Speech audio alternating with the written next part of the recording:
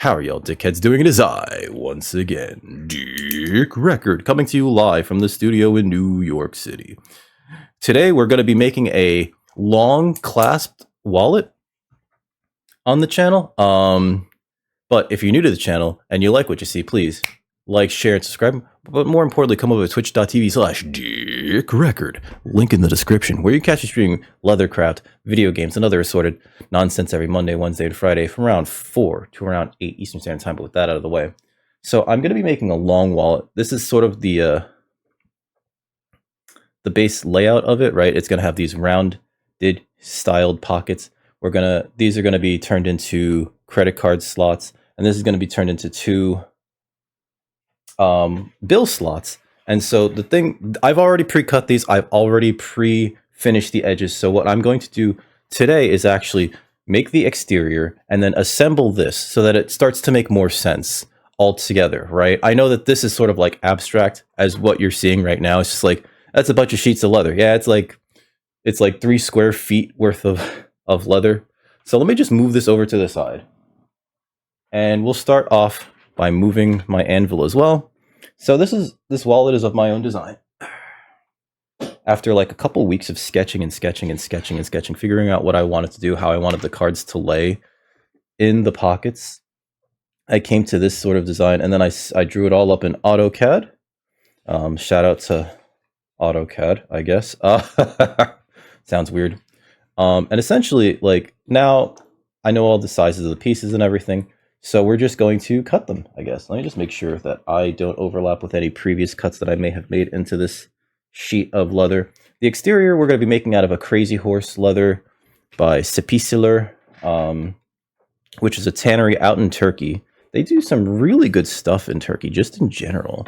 Like, I'm super surprised of the quality. I made another one of these.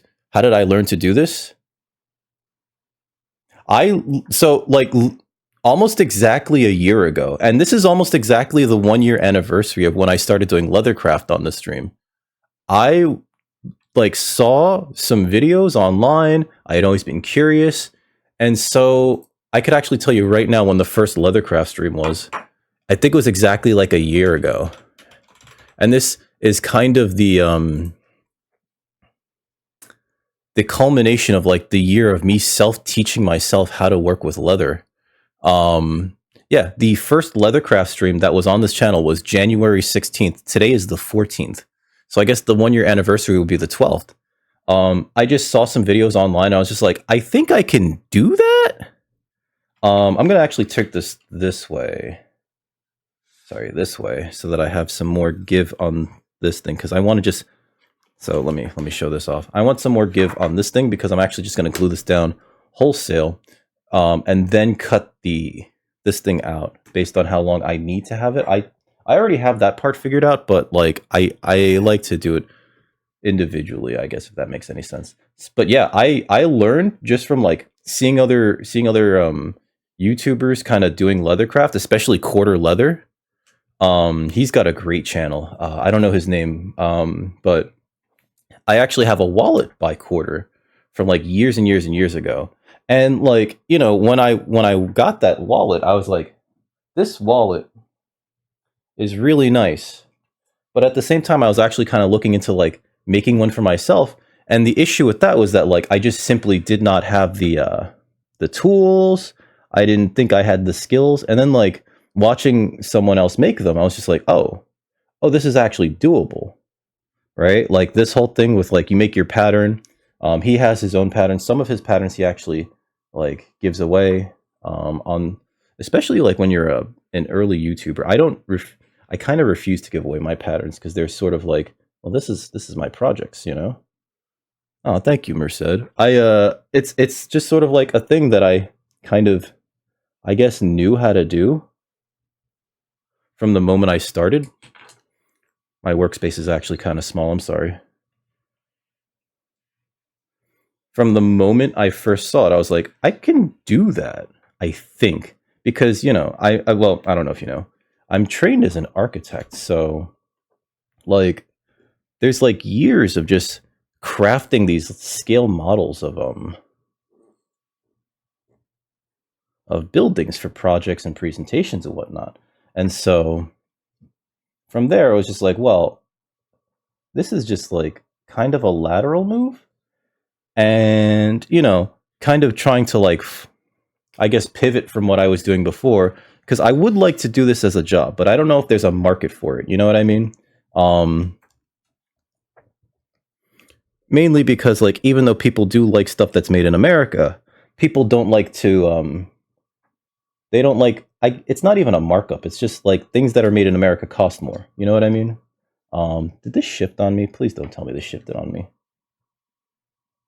Because when you stop paying for something that's like made in, I should have actually pre-etched this on here. When you're used to buying things that are made by people overseas, it's just like, okay, so I'm used to paying like this much, and then there's a bit of sticker shock.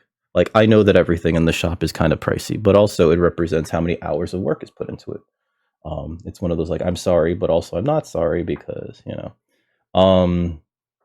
And I do try my best to make all of the products kind of like this luxurious item, and you kind of see that when you have them in your hand. But the problem with that, do I have pictures of the very first thing that I've made? Oh god, I could show you, but the very first thing that I made was actually this really cringe thing that I can show you right here. It's not even like good. It's this.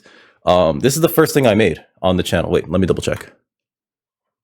Yeah, a needle pouch. This is for my needles. This is the first thing I made. And it's just a simple thing to hold my needles, right? Because I needed, like, I bought a kit, right? I bought a kit off Amazon that was just like, here, this has everything you need to start Leathercraft. And it was like weird that I started getting ads for this type of thing as I was watching the videos, but I guess Amazon and whoever watches, and they know what I'm watching. So I bought a whole thing that had like not leather, thread, scissors, stitching chisels, all sorts of stuff. And it came with all these loose needles. Well, not all of them. It didn't come with these needles, which I picked up later on. These are made in Britain. So like there's like actually 15 in here. It came with these needles, and I was like, I need something to put them in, because otherwise they're just gonna like get lost in my pouch and I'm gonna stab myself, and that's gonna suck. So I made this. This is the first thing that I made. And I guess one of the most recent things that I made, let me take my passport out of here. Well, hold on. One of the most recent things that I made, and I actually made two of these because I made them as presents. Well, I made one as a present for my girlfriend, and then I forgot that she was left-handed, was this. I made this on stream. This is a passport holder. And when I was like holding this, I was like, wait a minute. The wallet that I made for her out of this same leather, which is like by Badalasi Carlo, it's like a nice turquoise pull-up leather. It's made in Italy. I realized, oh shit, I made the other one left-handed, the wallet. So this should have been made left-handed. So I made another one. So she insisted that I keep this one so that we can match. So I guess that's cute. And so it's a passport holder, right? It holds any amount of cards over there. Well, not any amount. Like, I think like 3 or 4 per pocket. There's another pocket here, right, that you can put like notes and things, right? Like I have Japanese currency in there.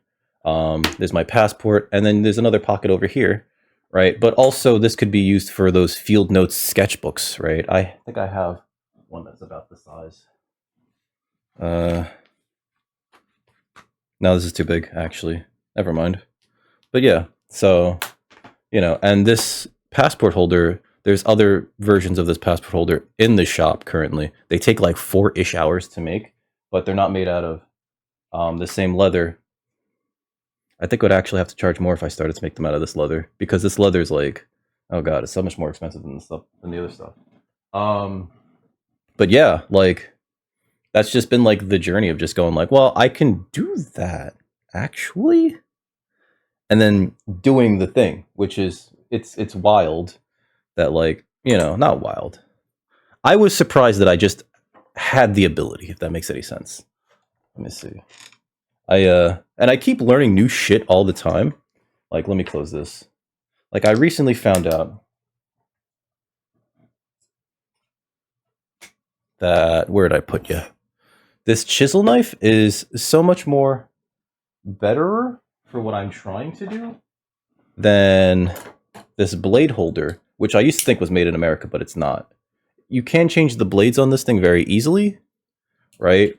Whereas you have to keep this thing sharpened and usually stropped.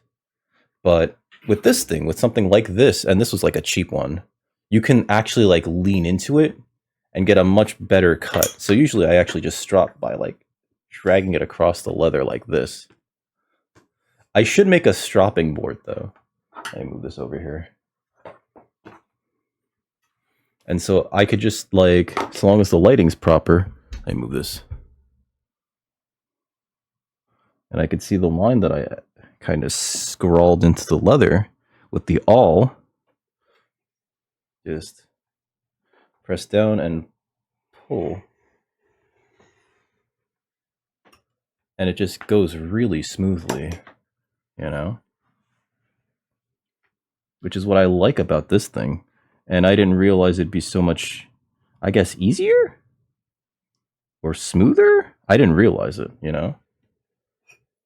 There's tons of things that I'm like still learning every day. And it's a journey. And that's why I call it the Leathercraft journey on the YouTube. But like, you know, I still like find out new things every day. I actually bought this thing because I was planning on using it to skive down edges. And what that means is essentially thin the edges so that I can use it to make certain pockets like thinner. And that's like a whole ass skill. I was like trying to hone that all this weekend actually. And I don't know if I really did a particularly good job of it, but I tried, you know? And I don't know if it's specifically because of this thing itself, because this thing is kind of like, it's cheap, so it doesn't really like keep the best edge. And maybe I need to like spend more, but I don't want to spend like $80 on one of these things either. You know what I mean? At least not yet.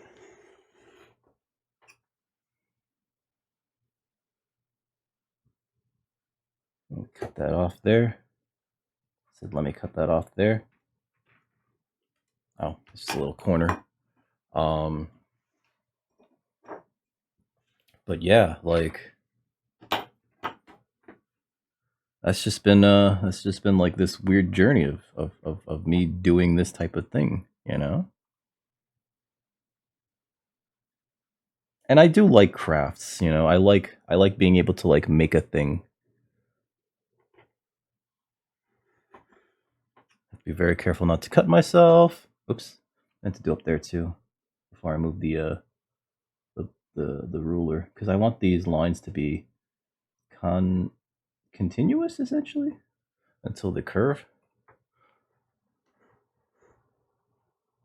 I do have to do the curves with the other blade though, so I will switch to that right now. Actually, I'm actually using my my armrest from my desktop as a where did I put the other blade? It's right here actually.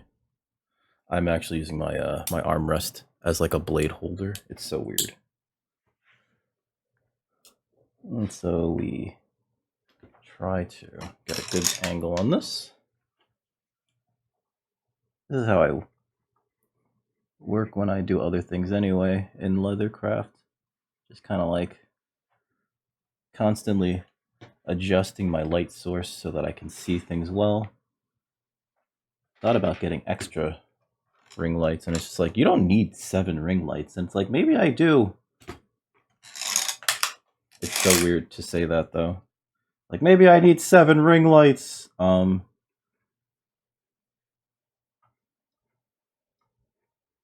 you don't know. I could. I'm kidding. I don't need 7 ring lights. Let me take this off. This is actually like the headset's actually kind of distracting. Maybe I should put music on the other. No, if I put music on someplace else, you guys might hear that too, and like that would be distracting, I think. Oh, I didn't make a maximum length thing here, which is, I guess, just like how long I want this to go at max. So let's make that. Where's my all? I don't want this to go too long. Let me there. Okay.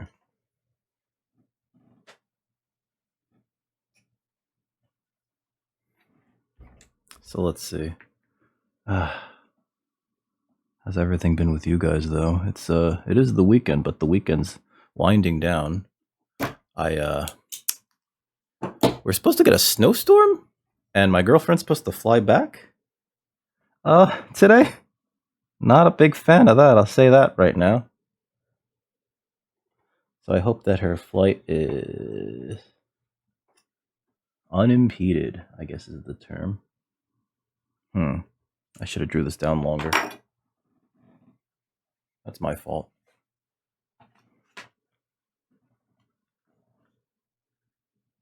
It's harder to do these things after the fact. Okay, so. Okay, where's my all? I keep putting it back, which is the funny thing, because, like,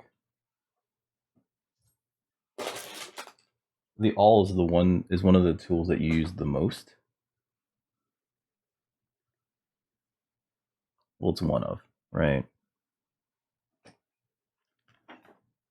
Oh, she went to California for a conference, which is kind of cool. And, you know, like it's a work thing. She what was it called? She did this she was a part of a research grant last summer, and so the conference was presenting the research that they found. She did this thing on malaria and how to, I guess they were going to attempt to use malaria to develop vaccines, which isn't uncommon from what I understand.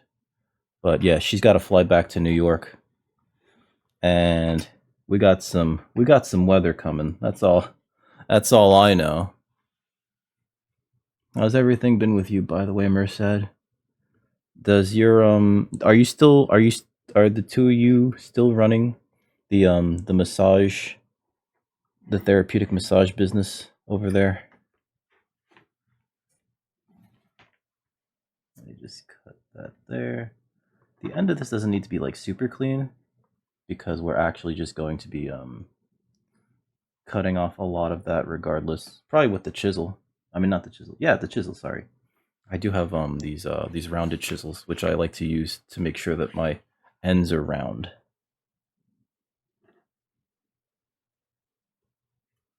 And that should be it. Oh, come on. Bloody hell. How many times must I teach you this lesson, Leather? Don't disobey the blade. Whew. Okay, that was kind of close, actually. I almost nicked it. All right. That'll probably get sawed off during when I shave it later anyway. Hey, what's up, Ducky? How you been? Ah, that's fucking fantastic, dude. You know, I probably, as someone who, well, I don't know if I should like go see a physical therapist again, but I probably should. Part of it, the part that I found the most like relaxing was like getting the massage at the end. You know what I mean? Whoopsie. Here we go, dropping everything. All right. After I said I shouldn't drop anything, I dropped everything. I'm a genius. Okay. So what has to happen on each of these sides is I probably should have got clips for this actually. Need to essentially not glue this down just yet, although we do this in like stages. But we do glue actually. We do use glue.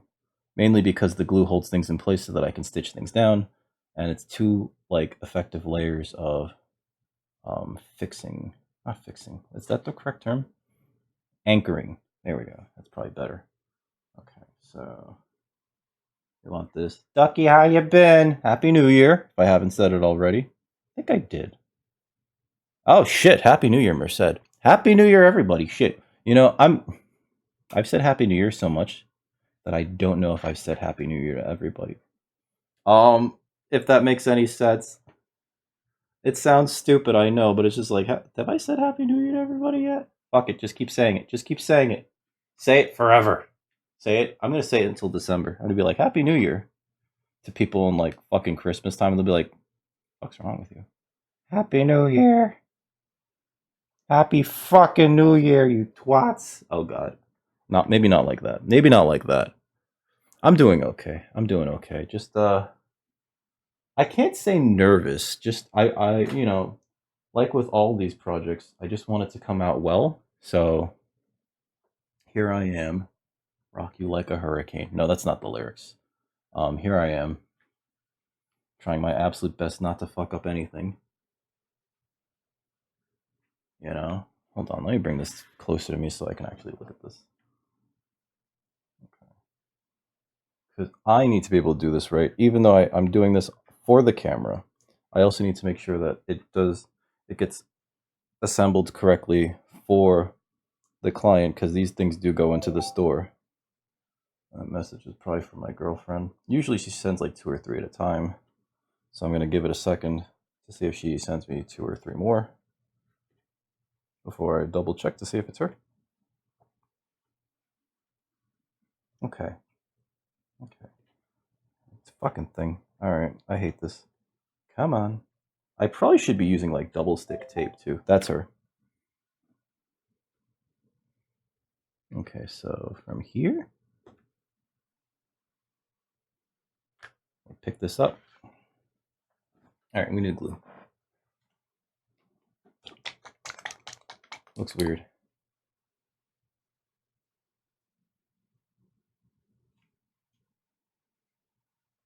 Let me tell her to have a good flight. She went to La Jolla?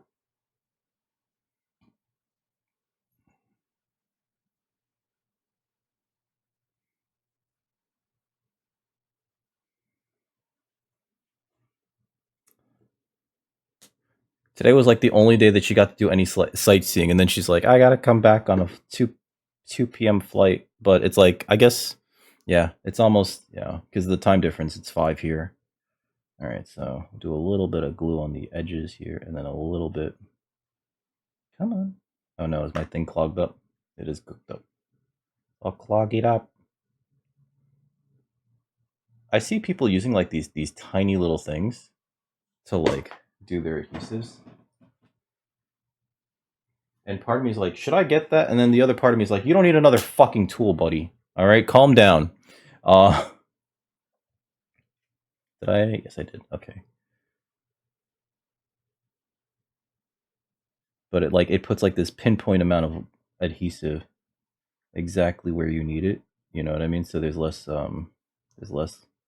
working of it after the fact. You know. And then they use a tiny little like flat plastic brush, not bristle brush. It's literally, it looks like a, what's it called? It looks like a God, what are those called? One of those flat things that you use to like kind of pry open electronics. Those flat plastic things. It looks like one of those. And it's like, do I need one of those? And then, my brain's like, look, more tools that you might need. And then my logic circuit kicks in and goes, should you fucking stop, buddy? You don't need everything. My brain does feel like it needs everything though. Okay, I got glue in my hands. Let's some people let the glue dry. I just like to move. Let's see. That's there. They let the glue dry and then they hammer it down, if that makes any sense. I'm gonna actually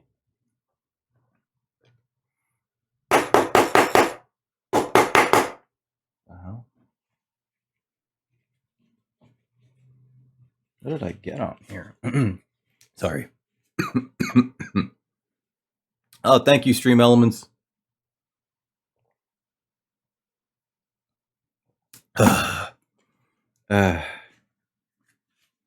think there was some wax on there from the other day.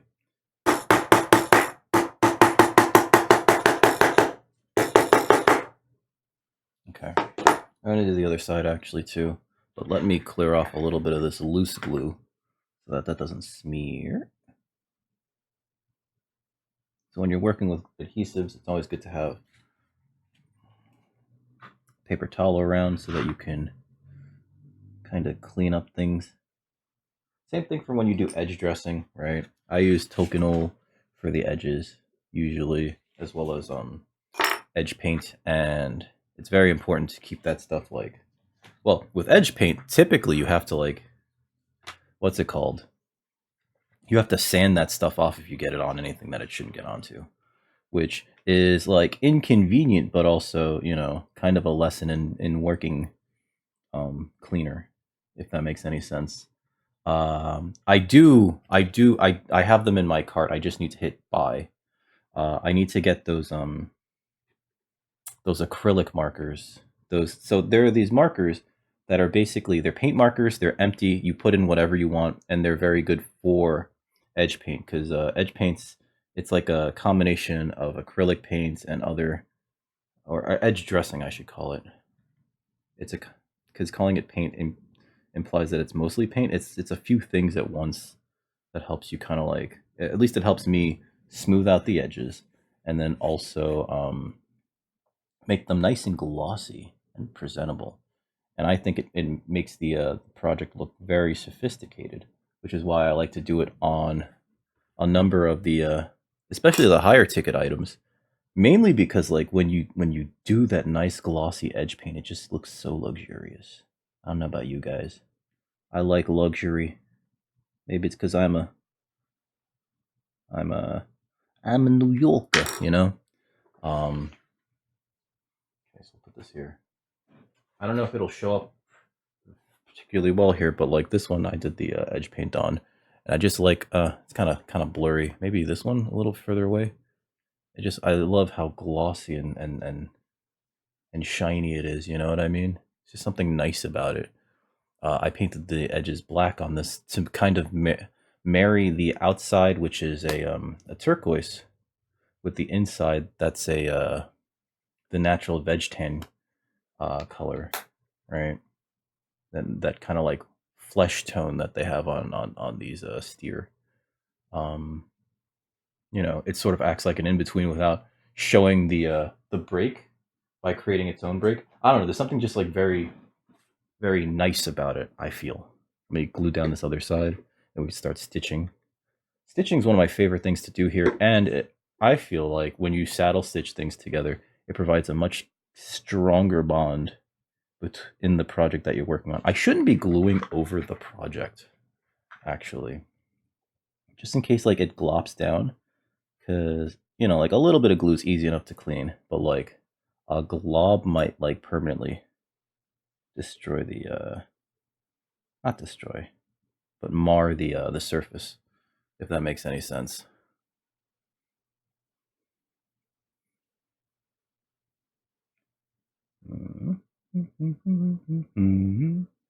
But I wouldn't be able to, if I got the acrylic markers, use it for the adhesive, because the acrylic markers, it's like it's got like these felt tips, and so the felt tips kind of let the pigments through and everything, and the substrate, the solution that they're in, but it doesn't allow the, oh Christ, well, I think it would get gummed up by the adhesive. I guess if I buy a few, I could test that out. I don't want to like risk product, I guess, if that makes any sense. Put that there, put that there.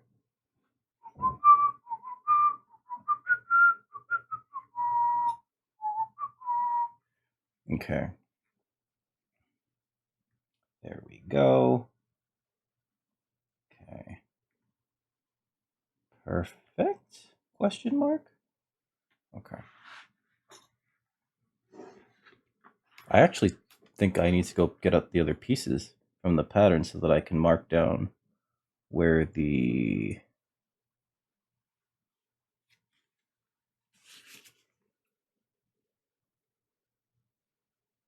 stitching lines should be, actually, now that I think about it.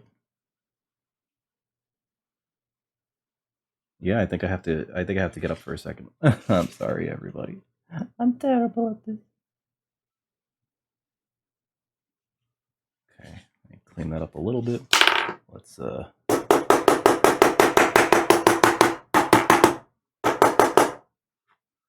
push that down ever so slightly. We'll close this so that the glue doesn't dry on us. Be right back.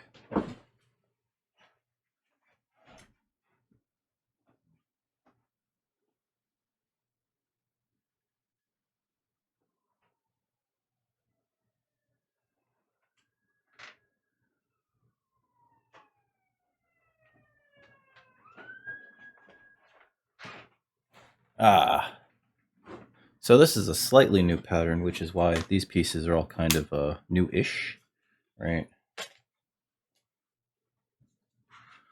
And so what I have to do here is essentially mark both here on 2 spots, right? In the mid here, as well as at the top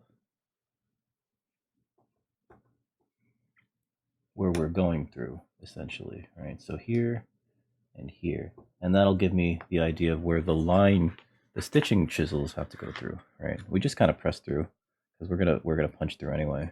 I guess I shouldn't push too hard on the top, more on the bottom though, because the bottom gets covered. Okay, I guess they both get covered realistically, and then we do a stitch line at the bottom so as to adhere or create the pocket here. I know I'm saying like a lot of things that might not make sense. Give me a few minutes and it will. Where's my chisels? Here's my chisels. Have my thread. Hey, what's up, Hunter? How you doing, Dallas? How's your weekend been? Here's the mythical weekend stream, right? Only possible because my girlfriend is on a flight right now. She's coming back. I don't know if I'm going to see her Monday either, because she mentioned that she still needs to catch up on her work. So I was like, okay, that's fine. I'll just be sad. I'm kidding. I don't try to guilt her like that. So we need the scissors. All right. Let's just do a little bit of let's see, we don't need this that long because we need 2 of these. 1, 2. And then we got to go down here like 3 feet. I think this is actually enough. Yeah, it's more than enough.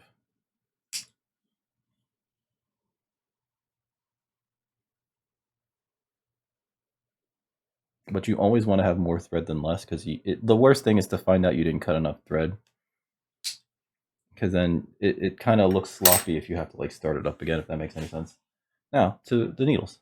All right, so what? Nope. A few things, actually. 1, we need our punch, and we need our anvil to absorb the forces that we're going to be applying. So let me put these here. Trying to stay warm. It's a Jesus Christ, dude. You told me it was going to be cold. I don't like it, dude. I don't like it at all. It's like the coldest it's been this year in New York. It's like 36, and I can't complain because I know that you got minus fucking 40 Fahrenheit. Hunter's converting to Fahrenheit for me because he knows that my stupid monkey brain can't figure these things out. Like, actually, factually, I can't.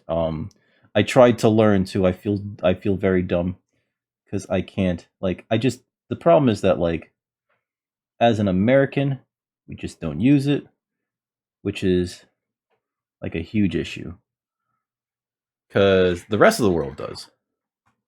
So the moment I go overseas, it's like, all right, let me check the weather before I leave my hotel room. And I check the weather and it's like, I can't read this.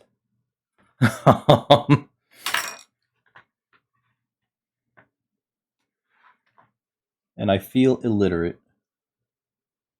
All right, so actually we'll use the long one here. So what it has to be is that, like, I've drawn the line down here to indicate where the stitching line is, and now I'm just gonna make like a few quick impressions for where that stitching line will be. And I'm gonna try real hard not to hit my camera. I'm gonna move this over a little bit because I already like just tapped my camera, like, you know, said I'm not going to, and then I did it. All right, cool. We're not actually going to stitch through those just quite yet, but we are going to punch all the way through them because we stitched them all at the same time towards the end. Which is why I shouldn't have cut that, actually. You know, I made this before, I swear. I swear I made this before. But only the one time for my mother. So I guess the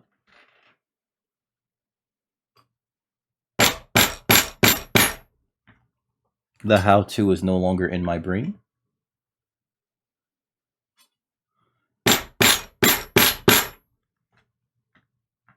You know what it is? I probably also just need to like set up extra cameras. There we go. All right, so we set those through there. We don't stitch this just quite yet. We just make the holes here. We're doing the same thing at the bottom half or the bottom side.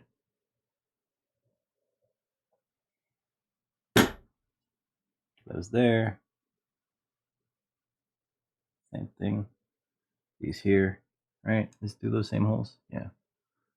Recently picked up a show called Kamen Rider Black Sun, and I've been really enjoying it because I watched the original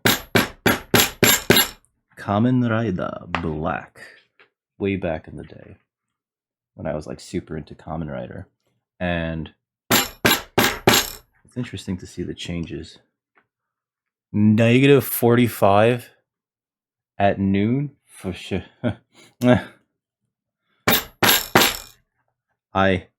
I would not want to be there, sir. I'm sorry. That's just... I would feel incredibly negative about those temperatures. Oh, God. All right, so now that we have that done, we're going to use our wing divider here. And I need basically this much length, which I believe is 3/16 of an inch, if I'm not mistaken. I drew this, I know. Hold on, let's not do that on top of the project.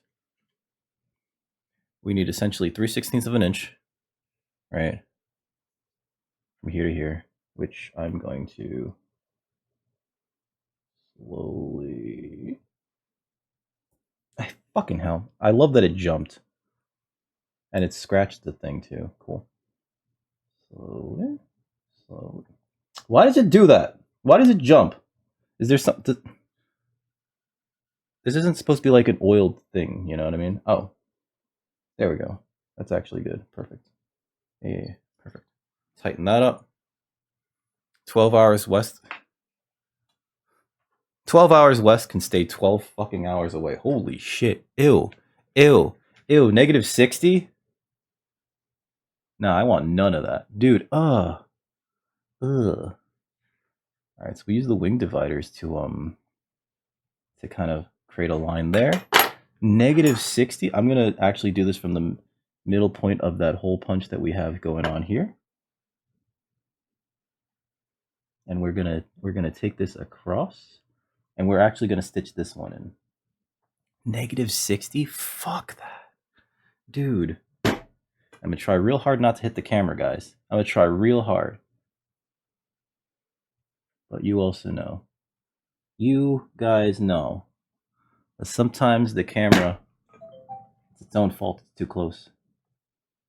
I always tell the camera, stay back, camera. And the camera's like, looking at it like, ooh. My girlfriend's texting me, hold on. Having a polar vortex? That sounds that polar vortex. Ugh.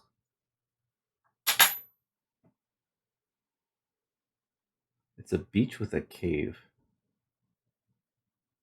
Are those seals? Did she see seals? She sent me a picture of seals on the beach. Are those seals?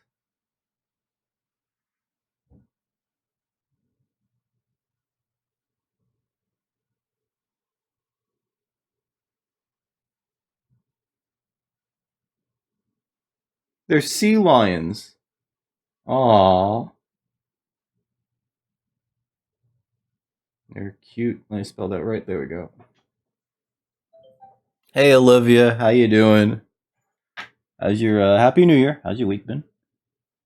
We're making a wallet. While Hunter tells me about the meteorological atrocities of living in his general area and how it just gets worse when you go 12 hours away.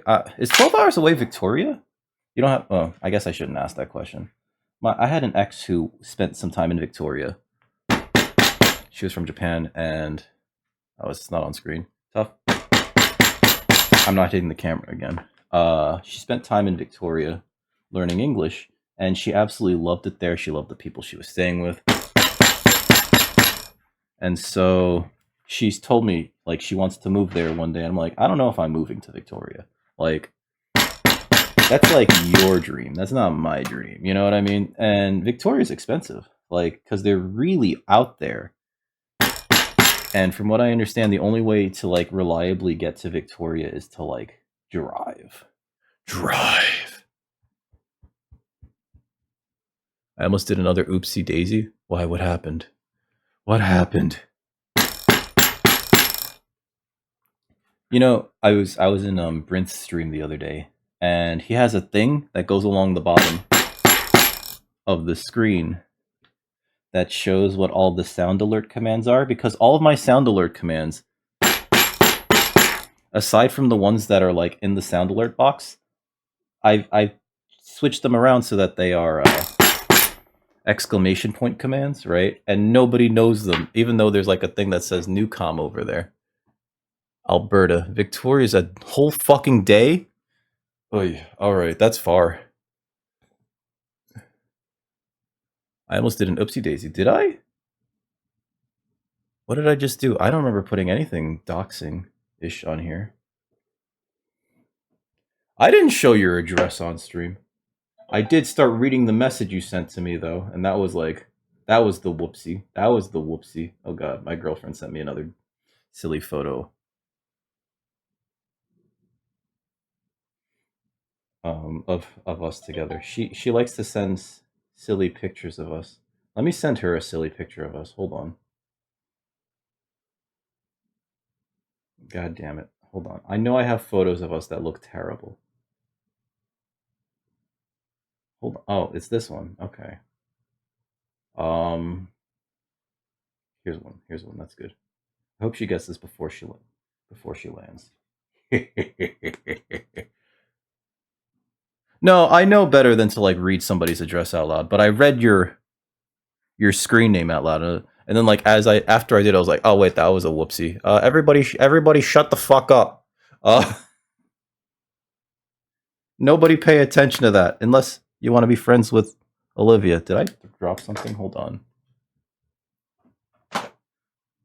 I'm pretty bad about it though, and I'm sorry about that. I have this tendency to also ask too many questions, right? Because I guess I'm nosy is the issue, right?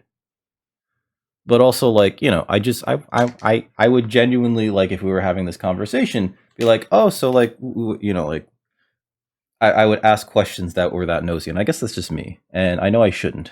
All right, so we're gonna thread some needles here. Come on, go through the hole. Don't you like to go through the hole? Come on, everybody likes going in a little bit of hole. What am I talking about? Going to jail. Going to jail. Going to jail. All right. The way that you thread these needles, or rather fix the threads on the ends, is actually kind of interesting. Let me see if I can keep this on stream instead of like, it's so much more work to like stream these things too, and so it takes so much more time. And you put it through the two things, right? And then you just pull it through, and you pull it all the way through there on that side. Not all the way, but like most of the way. You want to leave a little bit of a loop, and that allows you to, if you need to cut it off, you can cut it off. But it creates a nice secure loop there, and then you put the other one through and you do the same thing. You got Feels on Discord. Did Feels start messaging you because of that? Oh god, I'm so sorry. I'm so sorry. I wouldn't wish that upon my greatest enemy. I'm kidding. Feels dries. He's an okay guy. He's not like gonna overstep any boundaries. Although he did almost get himself banned the other day on Twitch. Not here, on Twitch. I would never ban him unless like he literally did something hyper aggressive against me, which he wouldn't. But there was somebody who was like, they were one of those graphic designer people, and he thought it was a bot. So he actually asked for butthole pics from this graphic designer. And you know, like,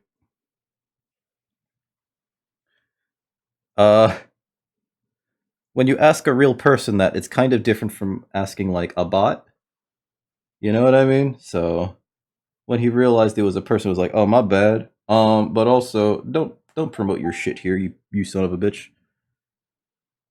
All right, so we're gonna do a traditional saddle stitch where we pull the thread through the hole equal length there, and then we start to, I don't have a stitching pony, but even if I did have a stitching pony, it would be hard to film, so essentially we pull down, put the needle through the other side, we pull it all the way through.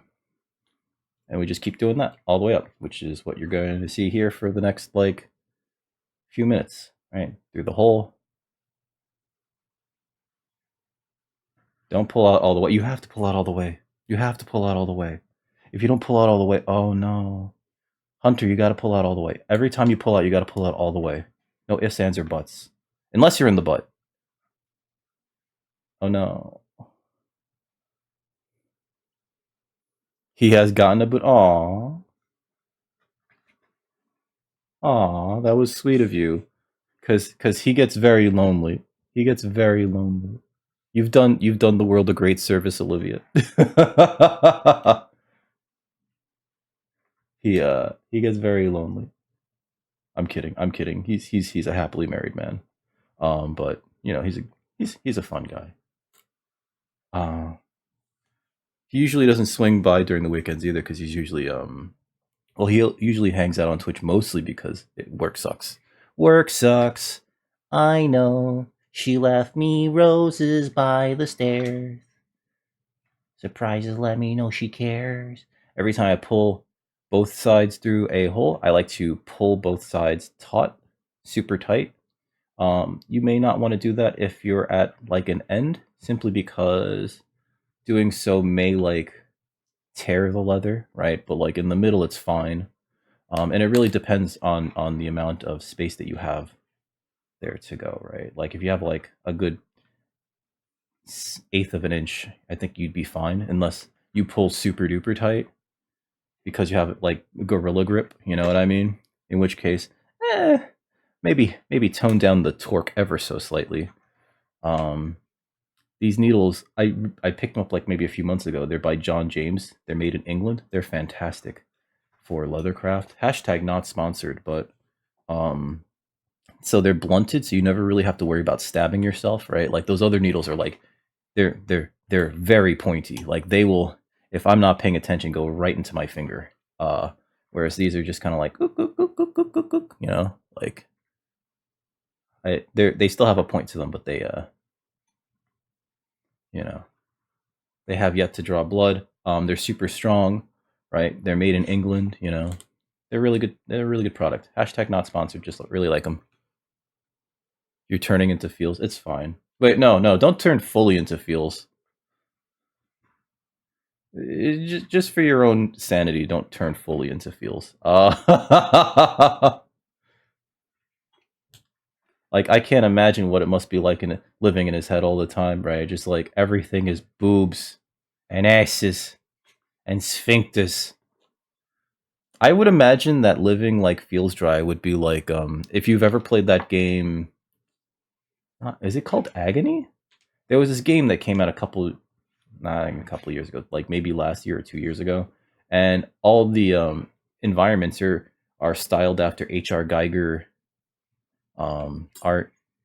So there's like a lot of like sexually explicit architecture and interior design, because H.R. Geiger would like, you know, he would draw like chairs that looked like giant penises and like sofas that looked like massive vaginas, and then like buildings that looked like penetration. And you know, that was his whole shtick, right? He was the artist that they actually hired to design the alien and a lot of the architecture that you see in the spaces on the, I think it's the Nostromo in the first Alien movie, you know, and it's all really there to make you feel uncomfortable because it's all very like oddly sexually explicit. You know, like you'll see portals that just sort of look like labia, and it's like, does that look like a vagina to anyone else? And it's like, yes, that was on purpose. If you look up his work, it's very like, I'm not gonna say traumatizing, but there's definitely like a style that could creep into the darker recesses of your mind better than living in your own head. That's not true. Everyone has their own like mental space, you know what I mean? And you don't, You don't know how bad it is in Fields Dry's head. I'm telling you now. Get out of there where you still can. Get out while you can. I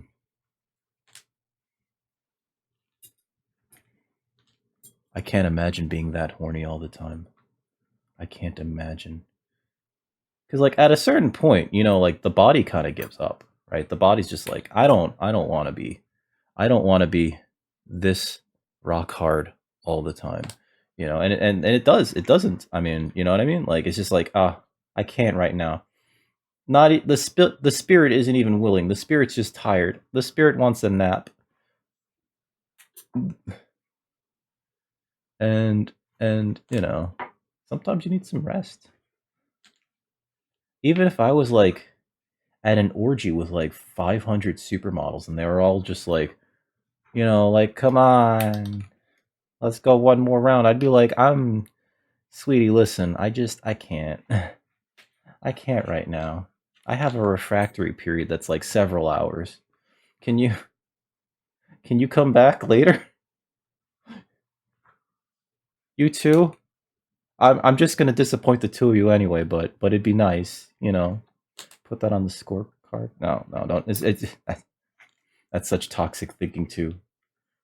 They used to call. I remember like years and years and years ago. They used to refer to it colloquially as scoring, you know. And I think that was to like try to push a rhetoric that people should be more abstinent, right? Especially as teenagers, and that makes sense, right? But also like, you know, like it does feel dirty and kind of transactional when it is referred to as scoring. So like I guess it worked, you know. Um that said, when things feel transactional, they feel gross. So, you know, try not to get into that sort of space, I guess. Let's see. Put that through there. You know,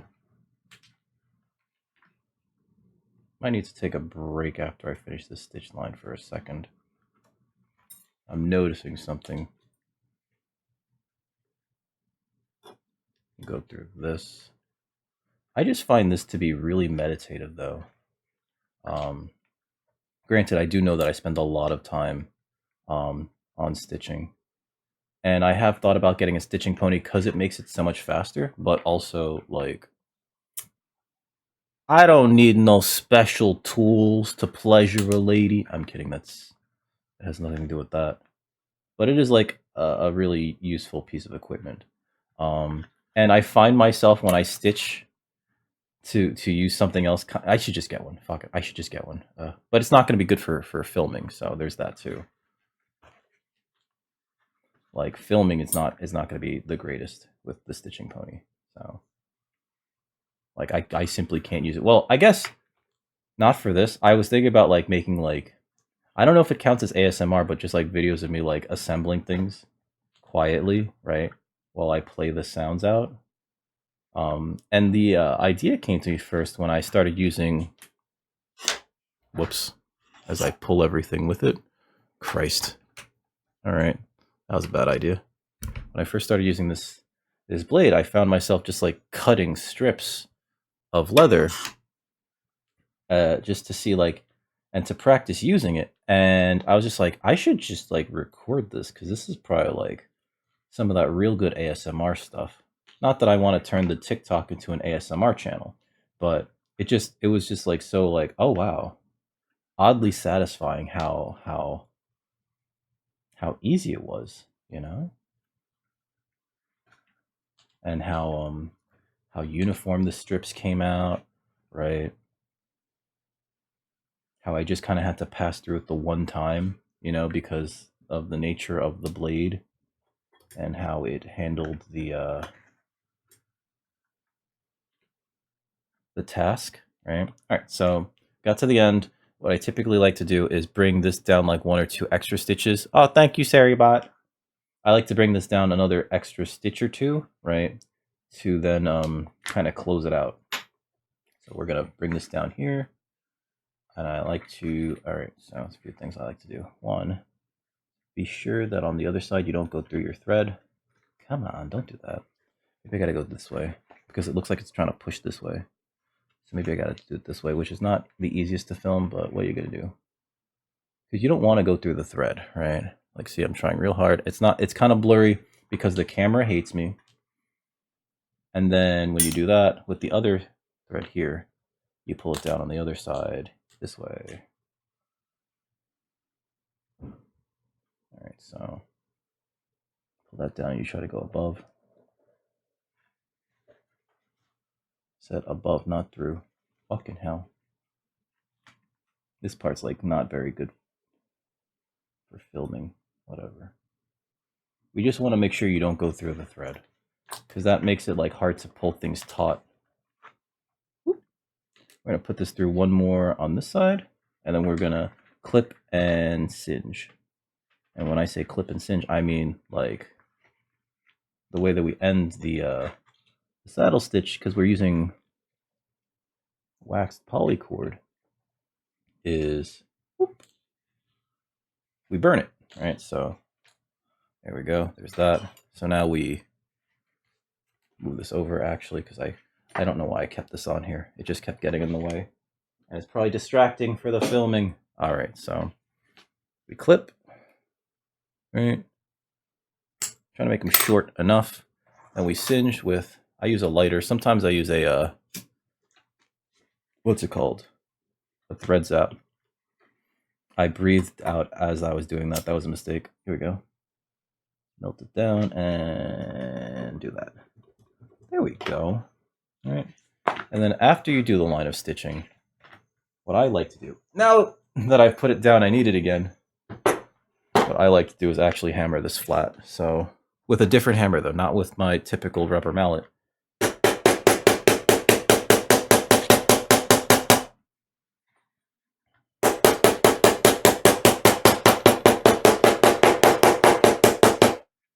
What time is it? 5:20. 5:30. Like to hammer that down like that. Perfect. Sometimes I do both sides, but I don't think it's necessary. And it sort of like sets it better, I guess, if that makes any sense. All right. I keep forgetting how hard it is to pick this up, because this is actually really heavy. Like this little thing right here, I think it's like a pound, right? Which doesn't sound like a lot, but it's very small. Like it's just steel. It's a flat anvil. And holy shit, it's like hard to get a grip on if you're not used to it. Like I couldn't pick it up under the other thing, under the mute board. All right, so we're gonna, I actually thought about doing this during the break too. We're gonna just repeat the same action that we took on the other side on this side, right? So I'm gonna eat this again. We are going to, again, dimension these from the hole punched for that thing. We're going to use that hole. It's going to be a little off, but it's fine. Excuse me. The mic hit my ear. It's fine.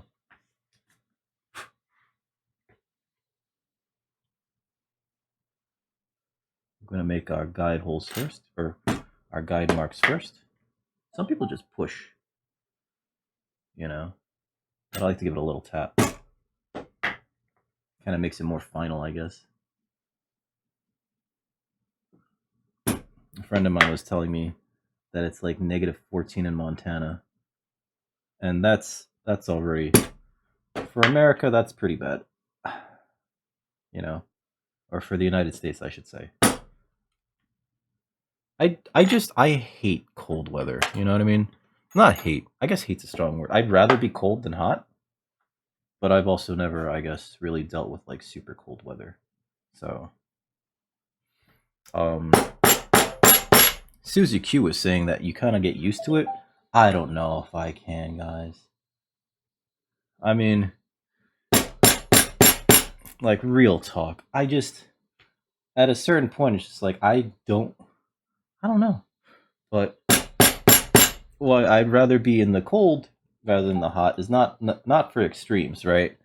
But I guess in my limited worldview, consider it much easier to be in cold weather because you can always put on more layers. In hot weather, you can't like take off any more than, you know, what's legally allowed, I guess. You know, and depending on how comfortable you feel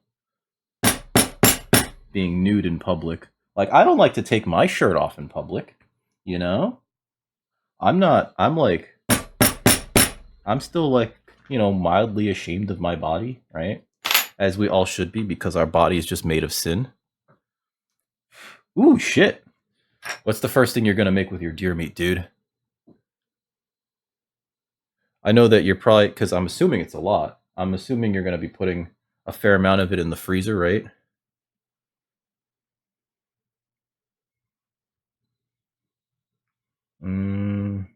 Okay. Just have to make sure that my girlfriend didn't text me. Let me move this again. I hope that this anvil and the mute board quiets everything that I'm doing down enough so that the neighbors don't have to hear as much of what I'm doing. Because it's not like I'm ever going to stop doing Leathercraft. I just make sure that I don't do it during like weird hours. You know what I mean? Like, once we hit like 8 o'clock, that's it. No more hammering. Right? It's almost 6 right now. So we got like a good 2 hours. Which means I don't think I finished this today. And I definitely don't do the edges on stream anyway, because I'd have to sand first. And that requires the Dremel. And using the Dremel requires me to run the vacuum. And again, don't like to do things too loud here.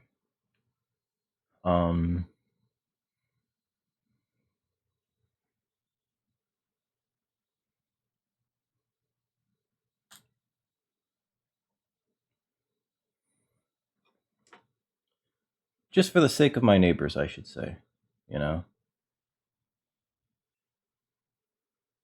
Because I don't necessarily have like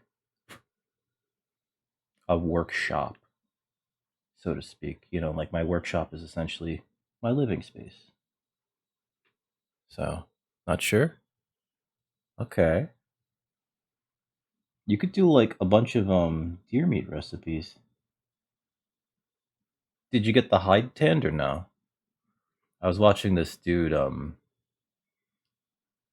was like a short, I think on I think it was a Facebook reel actually, where this dude was you know, processing a buck hide in what he called the traditional way. It's a lot of work. Holy shit. Same direction. You know, from the scraping of the fur, right? Again with the needles. I'm gonna make them again equidistant. We snagged something earlier. Make them equidistant here before we pull it through there. Actually, it's a little longer on this side. Oh, I had my first mochi donut last weekend. That was weird. I didn't know that they made donuts with like rice flour. Not sure I like it. Let me pull that through there. And as long as that's been pulled down, it perfectly clears that because these holes are big enough.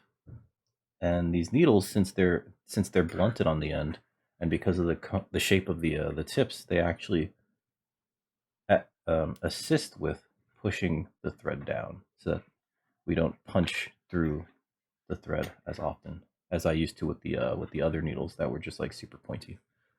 Yeah, I had my first mochi donut the other day, and it, like, you know, it was a chain called, actually, you know what, hashtag not sponsored. I'm not going to name the chain, but I was actually surprised to see them on a food influencer's YouTube channel, like literally a week later, where he was reviewing their donuts and whether or not he liked them. He got the same. He got 4, and he tried the same ones that my girlfriend and I. He got 2. He got 4, and 2 of them were the same ones that my girlfriend and I got because we were eating them like then and there, so we weren't going to get like a bunch of them.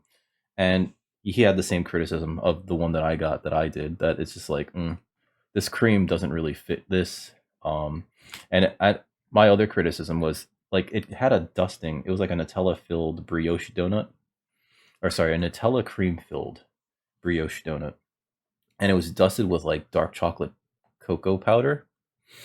The problem with that is if you take an inhale while you're trying to bite down, that stuff goes right down your throat, and I was like coughing for like 2 to 3 minutes. People probably thought I had COVID. This is like, no, it's your fucking donuts. Yeah, you say that loud enough, then people are like, do these donuts have COVID? That donuts don't have COVID, okay?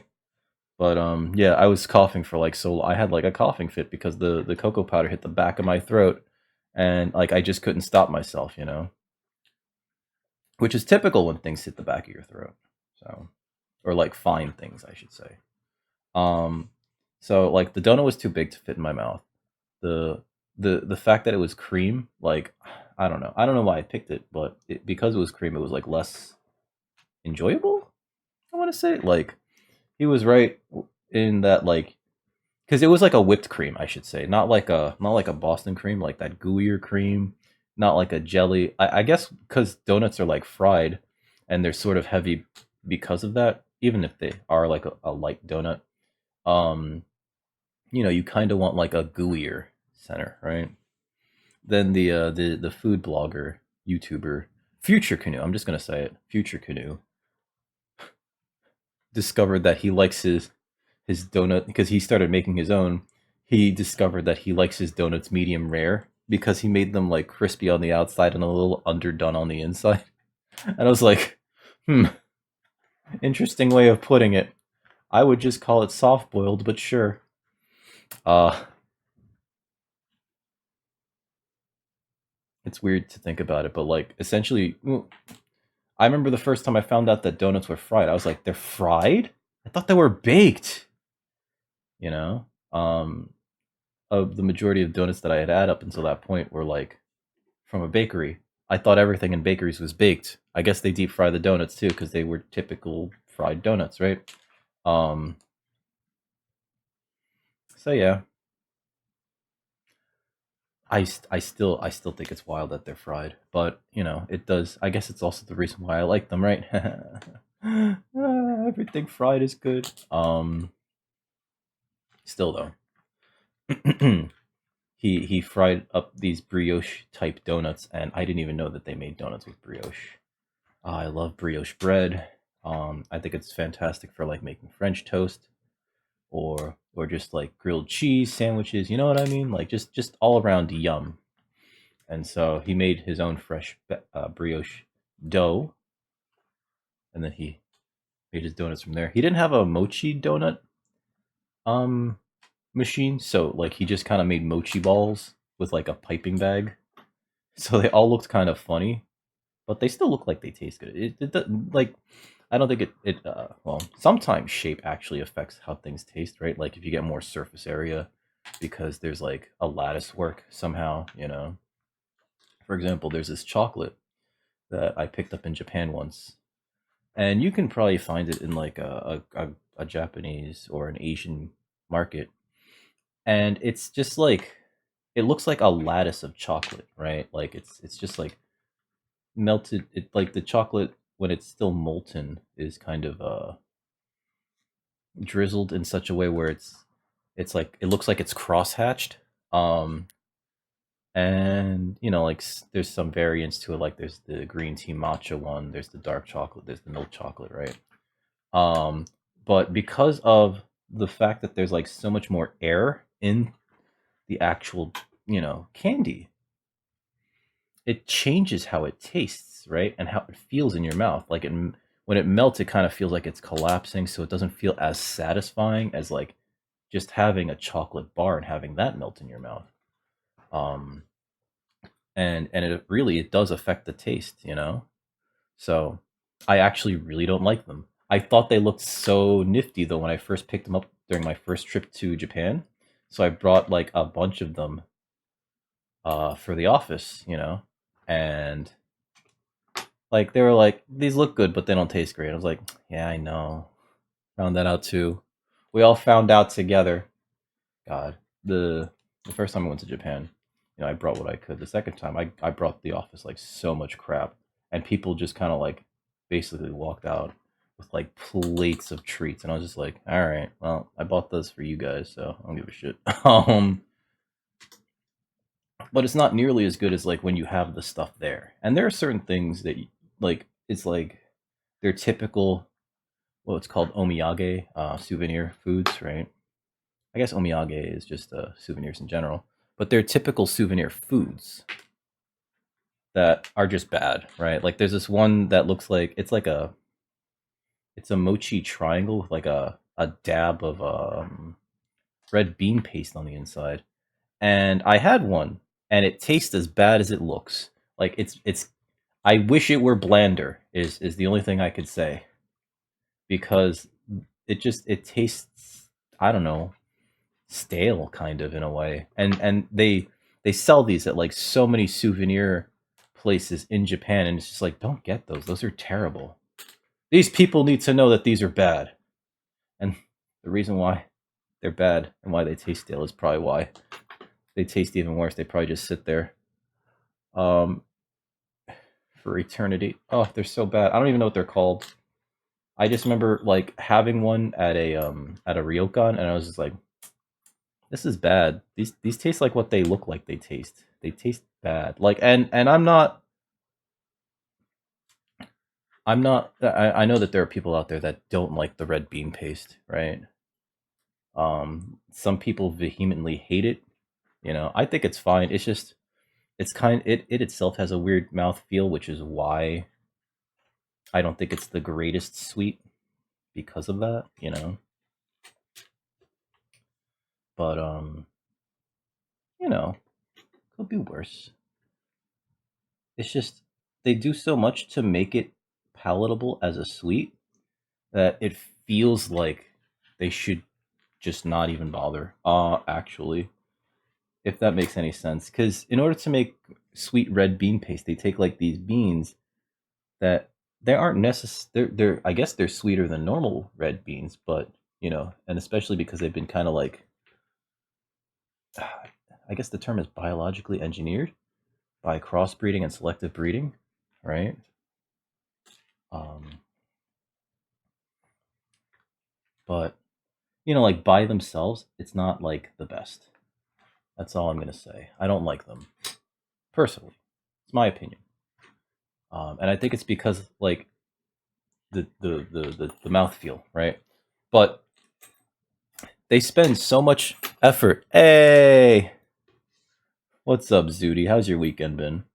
I was just complaining about red bean azuki paste and how they spend so much effort and sugar. They spend a lot of sugar trying to make those things sweet, only for it to be like medium sweet. Like you should see them make these things. It's like a lot of sugar. And it's just like they're just kind of bland, Like they're not that sweet considering how much sugar is in them. It's like, what's going on here? So I don't think it's worth it. How you doing, by the way, Zooty? How's your week been? Making a wallet, or attempting to. I don't think we're gonna finish today. There. I grab this again.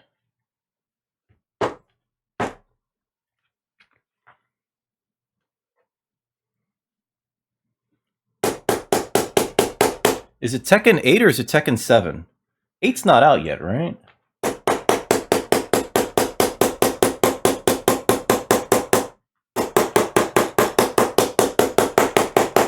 Not that I plan to get into Tekken 8. I know I suck at fighting games.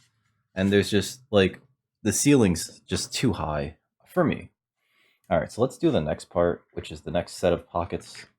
Much like the second verse is same as the first, I guess, right? God, that thing is so heavy. It's so hard to get a good grip on. 7. Well, yeah, especially because it's like at the point in its lifespan right now where it's no longer really supported, right? Like they're not releasing new characters.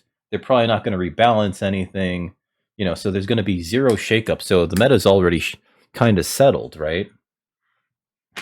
Whereas Tekken 8 comes out in like what, a month? Ah, Tekken 8 comes out in like a month, you know? Like why I'm surprised that they're even doing this championship. Yeah, all things considered.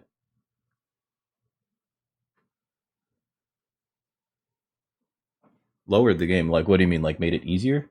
Does it make it easier for scrub lords like myself? Because I am a scrub lord. I'm that guy that would play Meta Knight in Smash Brawl. Was it Brawl where they first introduced Meta Knight, and I would just keep hitting neutral C so that he would just got the stamp from the tannery here. I would just keep hitting neutral C and spinning, which people found obnoxious, and I was like, yeah, I don't know how to play this game. I don't know what the fuck I'm doing. Could you get closer to me? It was the GameCube one. It was the GameCube one. He was the only character. Oh, God. So basically, tier 0. That's a shame, actually, because like the problem with that is just like, yeah, it's either you're playing it or you know, GG next, right? Oh, I should keep this on screen. I'm so bad at this. Worst streamer ever.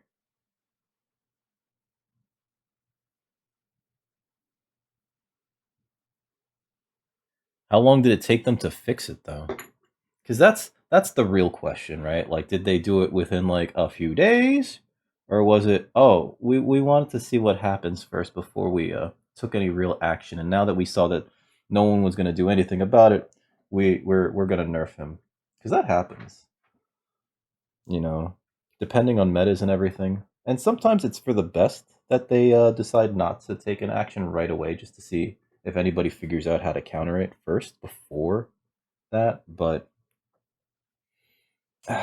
it doesn't feel good when like a character's too good and you basically just have to either play them or play around them.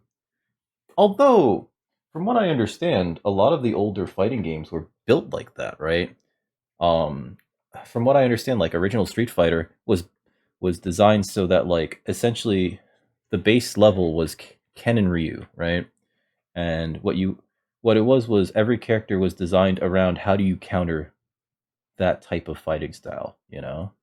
Which is why Ken and Ryu are like the really good starter characters, and why all the other characters kind of like feel like they operate around them, if that makes any sense. After a championship? Cool. So basically, someone like they won their trophy. I bet I assume using that character, and then it's like, oh yeah, I guess we screwed up. Sorry. Sincerely, Namco. Just gonna apply the second pocket here.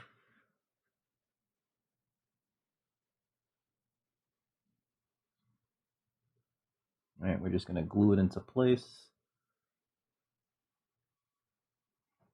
Make sure that everything looks good before we start hammering things down. And then stitching. The next thing is stitching. Okay, that's good. All right, we're gonna start hammering these things flat, and then we'll start doing the stitches. Okay, so here we go.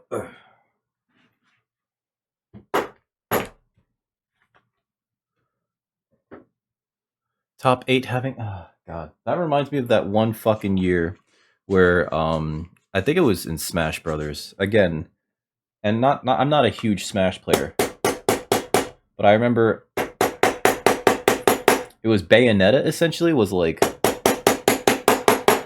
Bayonetta was the top of the meta, and so the two finalists were Bayonetta mains, and everyone was booing them. You remember that shit, right? Everyone was like, boo!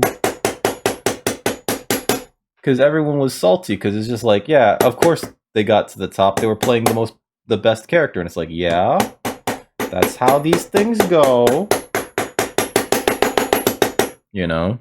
So they were getting booed, and then I think for like a minute, yeah, they just stood there for like a minute. They were just like, and letting people boo them, and it's just like, You know, they didn't do anything because like everyone was just so mad at the fact that it was like Bayonetta versus Bayonetta, and it's like, well, what the fuck do you want? Either like learn to play around it, or join the club.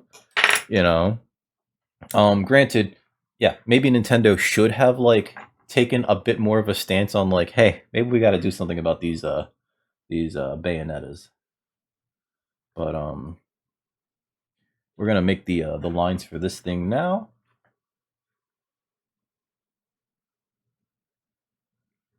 Like maybe Nintendo should have done something about that earlier so that it didn't get to that. But also, like, I mean, the tournament's coming no matter what, right? Like, what do you want? What do you want? Um, here we go. We're gonna use this to figure out where the holes are supposed to go here. Right.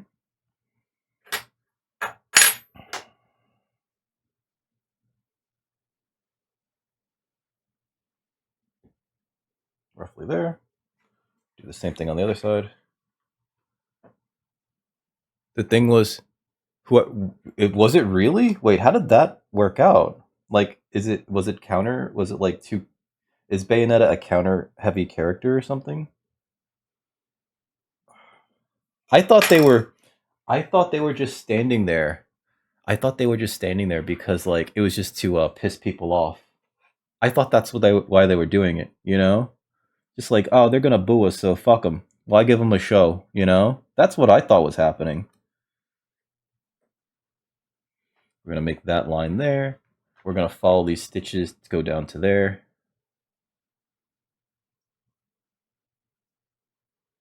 Okay. Well, at least there's some new faces in this fucking Tekken tournament. I'll tell you that much, because it gets kind of boring when you just see like the same 2 or 3 characters repped. Make sure that this is. I think I actually last time just. Oh well. Where's my hammer? Whoever shot second would win. Oh. Ugh. That's a shame. That just feels kind of, I don't know, like bad game design actually.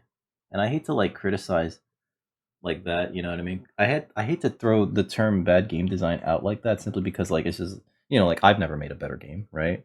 I've never made any game. I know it's hard, but like also if it's that much of an issue, ugh.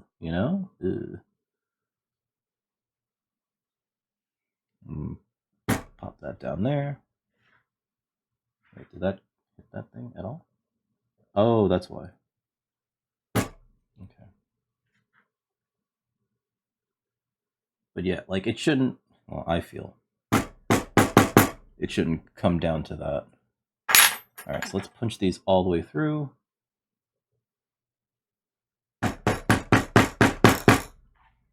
Part of me wants to be very careful with this next hole, so I don't think we're going to punch it too hard here. We're just going to, because this just goes down to the other thing.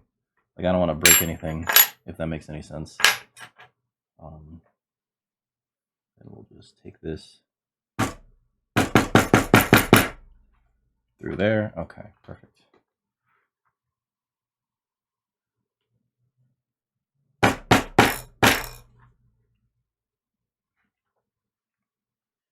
And so what I'm referring to with this is that I don't want to put this all the way through this hole because that links up with this stitch line right here, and I don't want to like inadvertently break the stitching, so I'm just gonna tap it lightly to go through enough, right?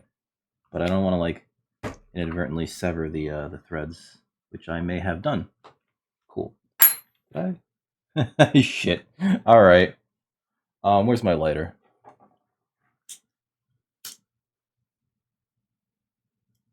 It's okay. That area doesn't get much play anyway. Did I do it here too? I might have. Be careful. Yeah, I definitely like severed that. Whoopsie. Well, nobody saw nothing. All right, I don't care. Please don't tell me I'm going through the same hole. Okay, perfect. Okay. Smash 4 was peak bad design. Was it really? I didn't know. I'm sorry. I didn't know. I didn't know. I thought people liked it. Wait, was that the one where you had like a 5% chance of tripping? What am I using this one for? I should be using the big one. I remember there was one version of Smash where they put in a trip mechanic, so you had a 5% chance of just falling right over it whenever you started moving,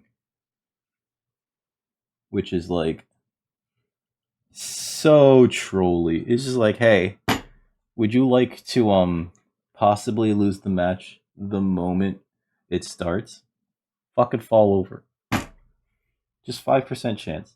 It might happen, might not. You might get lucky. Don't worry about it, Zoot. Don't worry about it. Don't worry about it. You didn't see nothing. You didn't see nothing. No one saw anything. Did I go through? Who did go through? Went through too much, actually. Try not to hit the camera, by the way. I should probably move this over ever so slightly.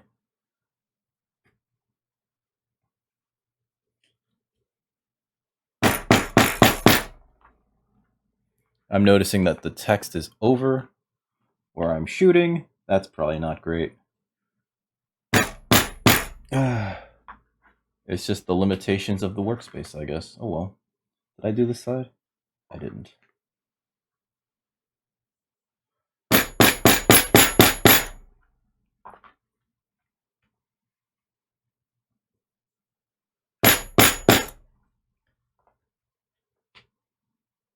Okay, just punching these holes, punching these holes, punching these holes. We're punching holes. That sounds weird when I say it like that. I'm sorry, everybody. Okay, so we got that there, so let's just do the holes. That sounds weird. Everything in the wrong context sounds wrong. That should be my autobiography. Everything in the right context sounds wrong. By Dick Record. You imagine. Also known as Dick Record.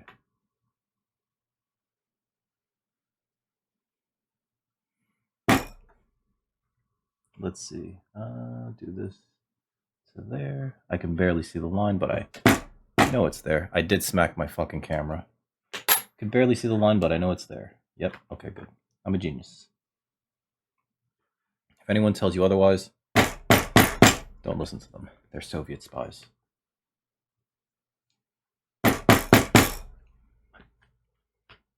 Okay.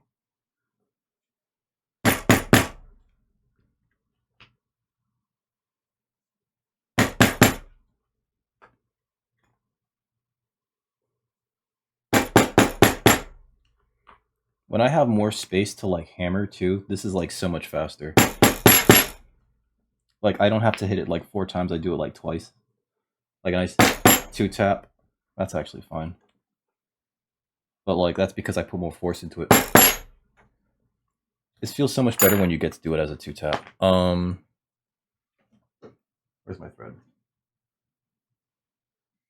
Woo!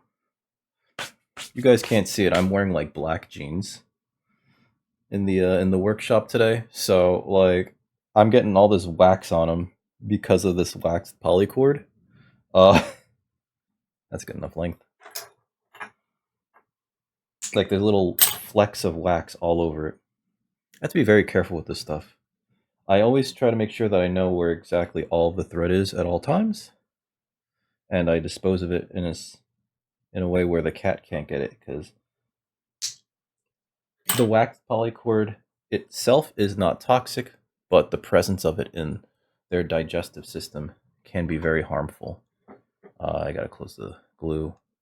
I put away the needles, right? Perfect.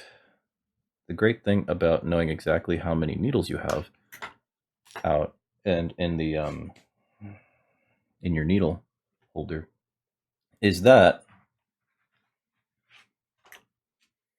you can take account for them just by opening it up, right? It's like if all 15 are not there, then they might be in the carpeting, in which case I need to find those before I start walking around.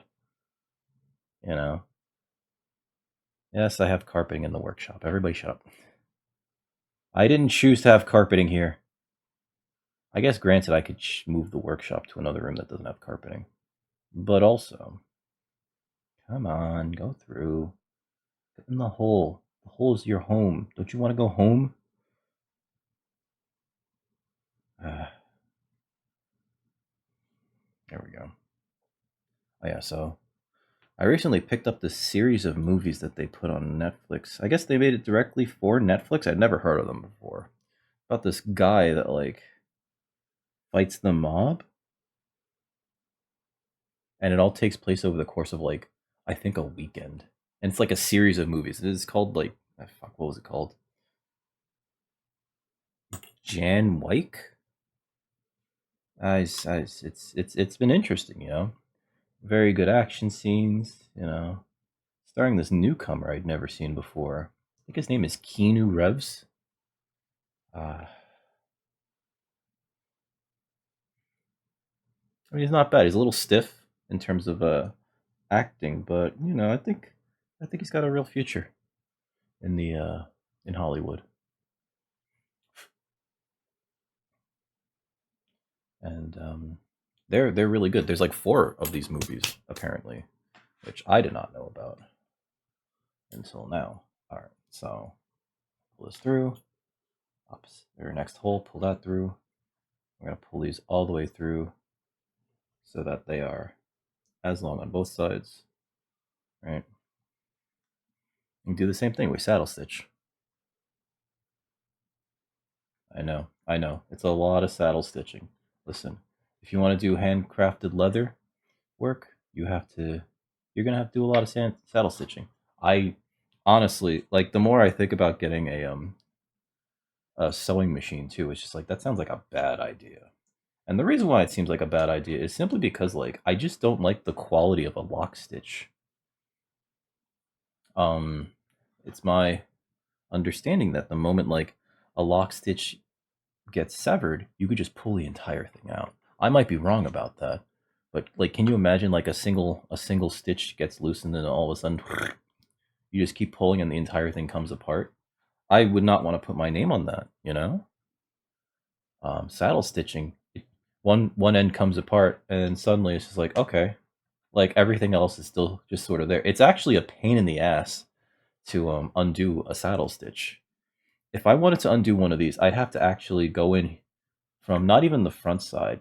Usually it's through the back side. I'd have to cut each and every one of these like loops with like a thread ripper or my shears, and then pull them out individually with my jeweler's pliers.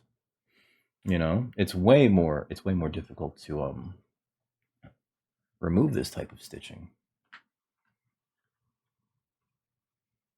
which makes repairs a little bit more difficult, but also it makes repairs a little bit more or a little bit less required. Um,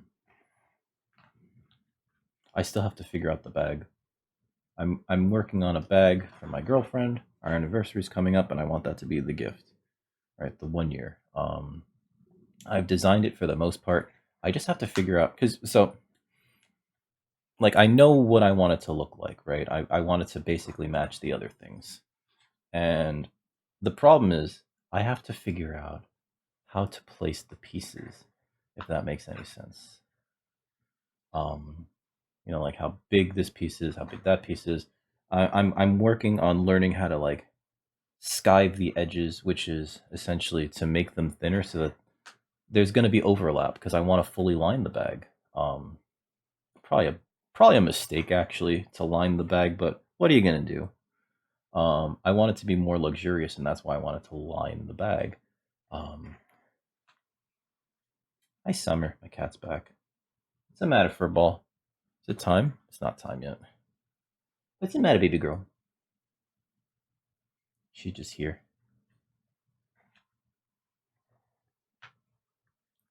Papa's doing leather work. What do you want?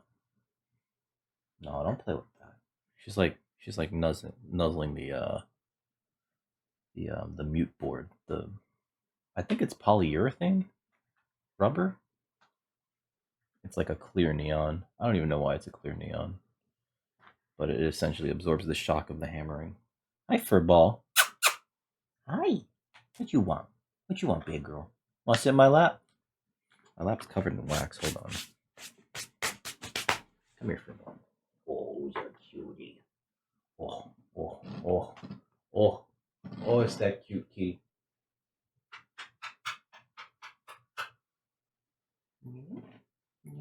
She wants nuzzles. She wants nuzzles, everybody. Look at this little sweetheart. Sometimes sweetheart. She's a good girl. Say hello, baby girl. She's like, I don't want it. She's like, I just want attention. She is purring though. She does demand a lot of attention. And I don't know if that's like a typical thing or not. But there were times where it's just like, you what do you want? What do you want? And she just like would look at me and be like, meow. And it's like, what? I try not to discourage that. Even though I find it annoying sometimes, like if it's dead quiet and all of a sudden, you know, but I don't want her to think that like I don't want her around, you know? She's a very sweet baby sometimes. Sometimes she'll bite my fucking face, which I do not appreciate. Oh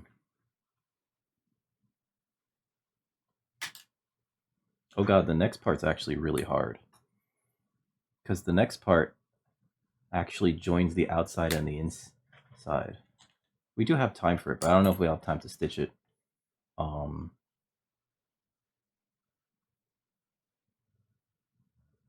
it's also like, oh god, it's so much stitching. Essentially, I have to, and there's no glue involved either. Oh, maybe there should be. So the first time I made this, I actually did this a different way, where this part was the second to last layer. Oh no, this still, okay, so there were extra pockets. That's what happened. And so I didn't, it was like another layer of leather. And so I didn't glue it, but I do have to glue this actually, especially around the clasp thing here. Ooh, I didn't even think that far ahead. Oh, should be using this time right now to figure that out. All right. There's a few ways I can go about this. One is I can punch all the way straight through, but I don't think that that's wise because you end up with some very suspect stitching on the other side. I guess what I can do is,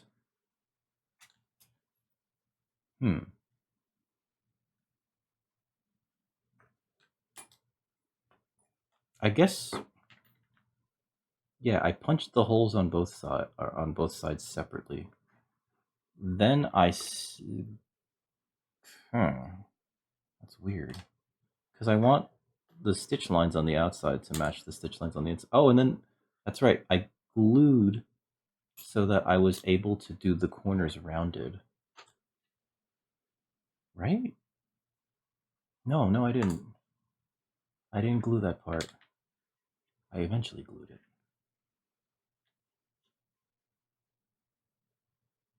Oh, I sort of remember what I did there. I made those corners like the smallest radius corners I could make it. I think they're like 1/2 inch radius. And I actually used my hammerhead, the small hammerhead, to figure that out. But essentially, figure out that radius, I kind of faffed the corner just a little bit, because sometimes you have to, if that makes any sense. Oh boy. All right, so we're doing that again. But I did have to like kind of like play a little bit fast and loose with those corners. Everything lined up eventually in the end, which is the most important part. If it doesn't line up, that's bad. Because that's also like, there goes your leather, haha. You gotta try again. And I also am terrible with dealing with failure. So, I do it like that, and then I can glue the this thing down last, because then we punch a hole through it for the what's the matter for a ball? We punch a hole through it for the, what's it called? The snap.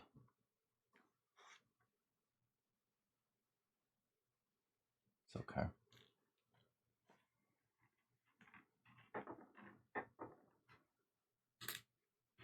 This is what happens. You learn as you do, and sometimes you have to solve problems on the fly. The Marty McFly. Get it? Because of time travel. McFly!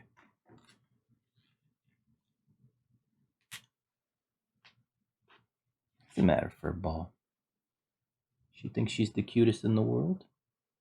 She might be. Yeah? What's the matter? A good baby? She's a good baby. Anyone who says she's not, unless they're me, go to hell. Only I get to say she's not a good baby. That's only when she bites. And even then, like, I think it's like how we have petting aggression, right? Where it's just like, man, you're so cute, I just want to squish you. And realistically, it's just like, they're like, oh, human, you're so cute, I just want to bite your fucking face off.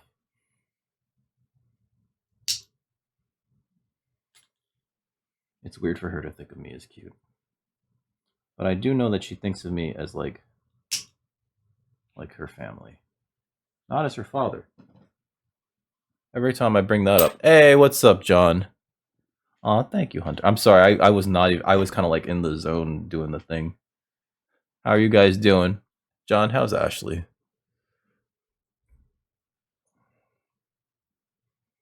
What was I saying? Something dark side, something complete. Ashley's okay for now. Oh, that's right. It's because your birthday was yesterday. Everybody wish John a happy birthday. John, happy birthday. Cheers. Got some green tea, not booze. I'm noticing this side of the space is a little dark. I'm gonna increase the lighting a little bit. There we go. Hopefully there's not too much over here. I'm glad you liked them, Hunter. I wish I could do them more often. And like I came to this realization that I never did a stream to show off the other wallet, the initial class wallet, because I also find them to be like a good showcase of like the amount of work that goes into each project, right? Because it's a lot. Even though I do some of it, I do some of the work off stream simply because, like, I don't want to sand in my room, right? It's right next to the computer. I don't need that dust going into the machine. When I sand stuff, it's usually by a vacuum, usually with a Dremel, just to do it faster, Because if I hand sand everything, we could be here for hours, and we don't have hours, or we do, but not in the same way. Especially if like I'm trying to do multiples, right? It just makes more sense to Dremel. Get this through here, again, thread, and then you just punch through one and then two, and then you just pull it through. You pull that through there, and perfect, right? It's the best way to anchor your threads. 15 board games between 15. Jesus fucking Christ! Did you sleep at all? Holy shit, that's a lot. I don't think I've played that many board games ever. Put this through here. Put this through here.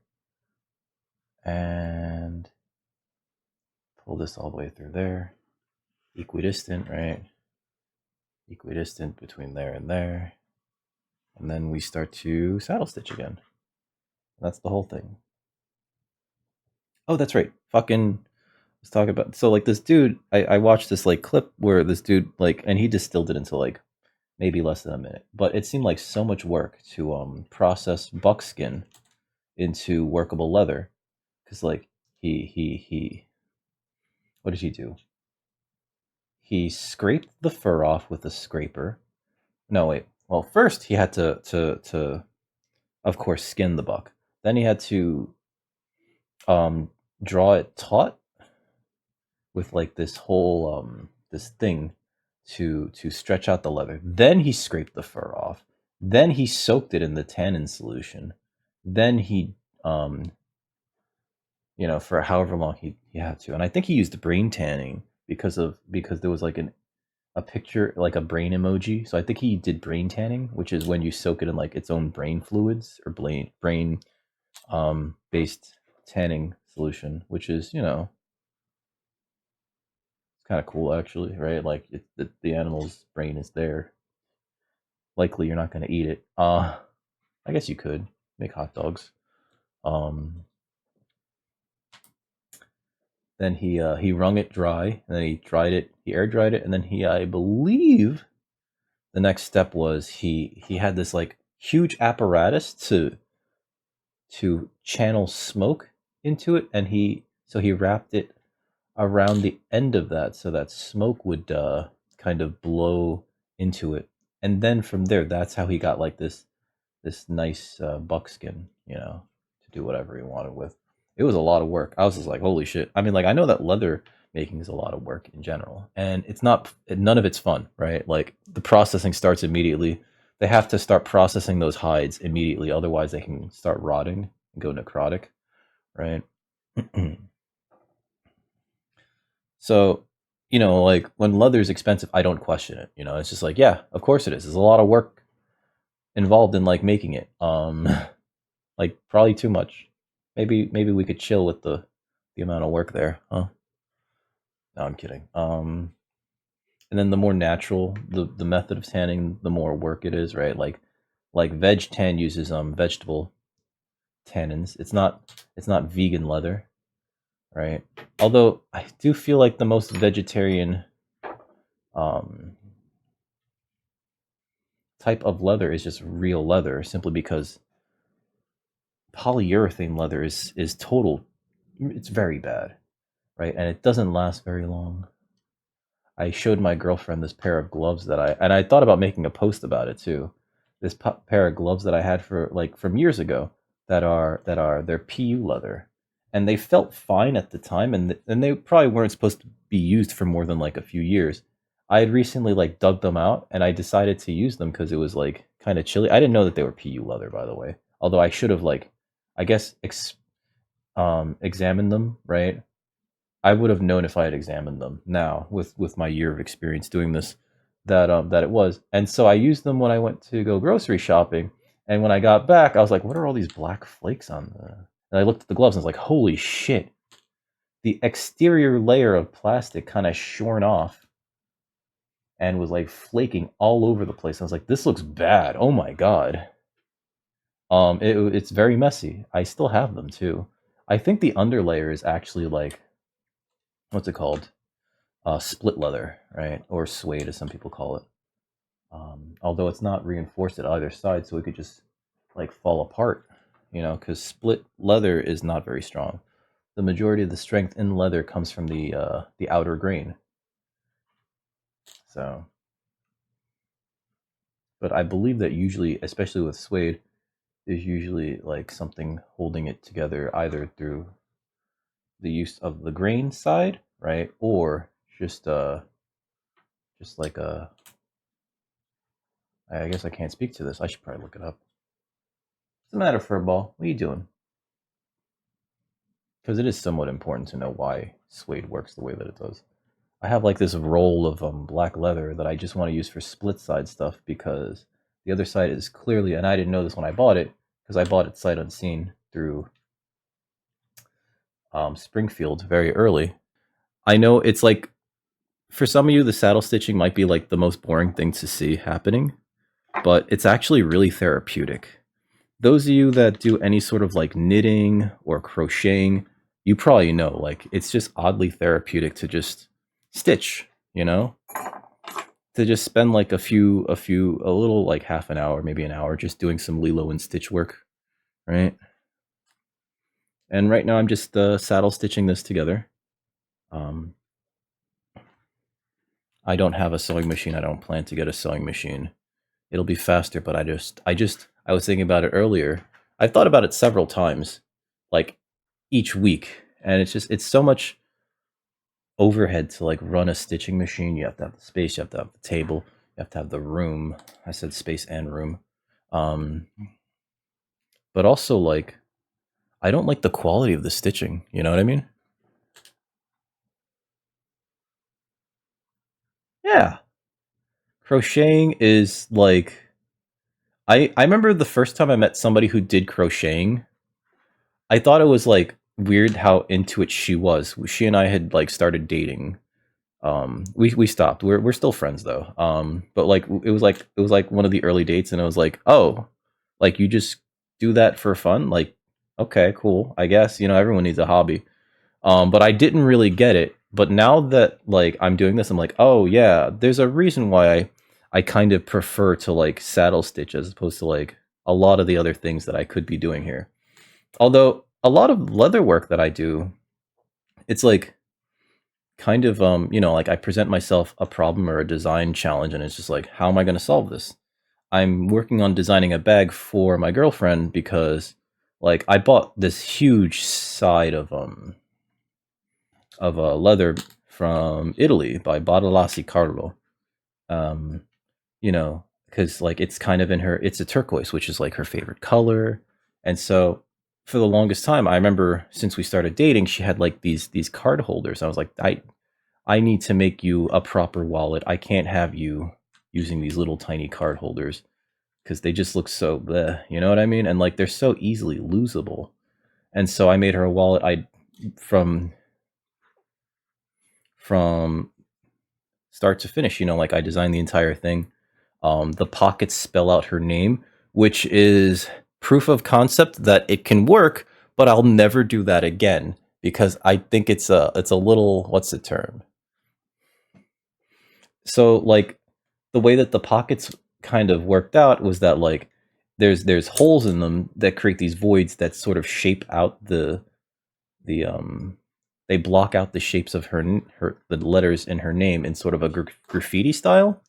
And like I worry every day that she'll put a card into one of those pockets and it'll snag on an opening and just tear the entire thing open. I could repair it, right? But I just like so it's nice proof of concept. I'm never doing it again. I made her for the next gift that I made was the passport holder, which I actually made two of because the first one, so she's left-handed, so I made the wallet open in such a way where it's more intuitive for her to use it left-handed. Essentially, I just kind of like flipped where the clasp is. And so for the passport holder, I forgot to do that when I made it on stream, so I had to make a second one off stream. So I still have the other one. She said I should keep the other one so that we have matching passport holders. And I was like, I guess. Right, I have that one right here, actually. Let me show you that one. Again, the same turquoise leather by Bartolazzi Carlo. Let me not dox myself. There's the passport. This passport, there's credit card slots. There's an extra pocket over here for the passport, as well as pockets here for like things like money and other documents, right? I thought about making a longer passport holder that could like hold a boarding pass, but I don't know if it's necessary. I do like how this came out though, and this was the one that I was going to give her, but it's not left-handed, and the one that's left-handed is actually just like essentially it opens like this, right? But then it's like that, right? So like this thing here is actually on this side, so that she can open it with her left hand instead of me opening this with my right hand. She opens it like this with her left hand. Because ergonomics is actually really important. Ergonomics and what's it called?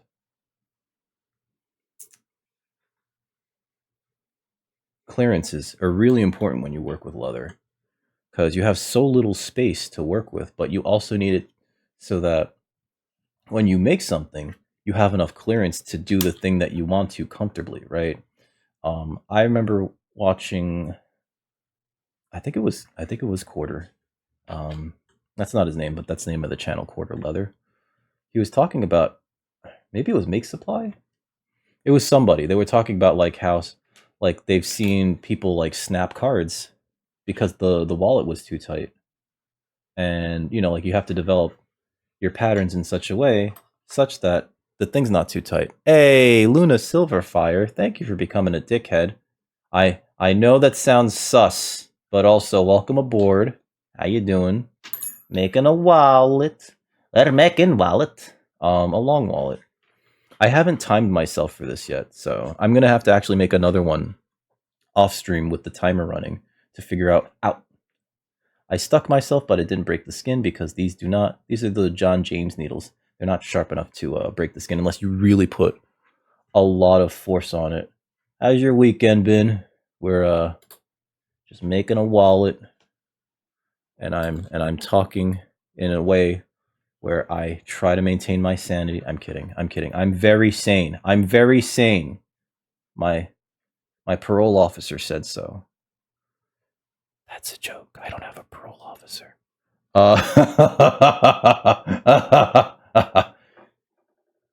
Now, do I not have a parole officer because they've never caught me?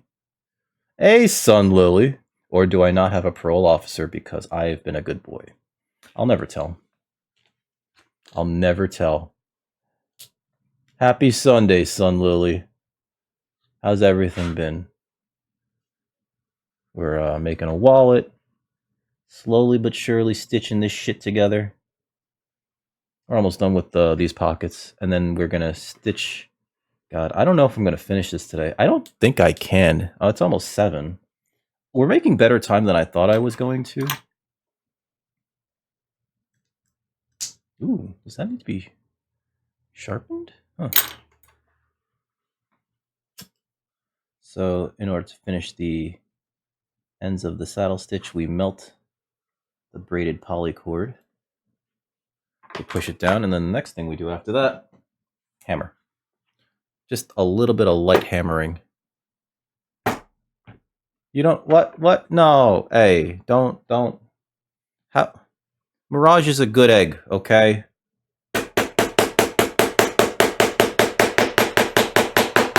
He's a very good egg. Ooh, what are you watching? What are you watching, Sun Lily? He's a good egg. Do not pick on Mirage. All right? Don't make me come over there. I'll be very upset with you. Oh, he is pure chaos, but that's because he's a computer virus.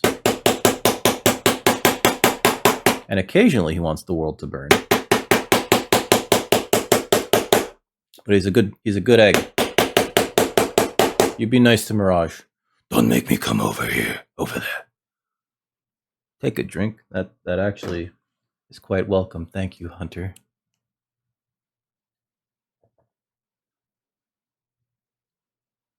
I'm glad to hear it, Luna. Is it Luna or is it Fire?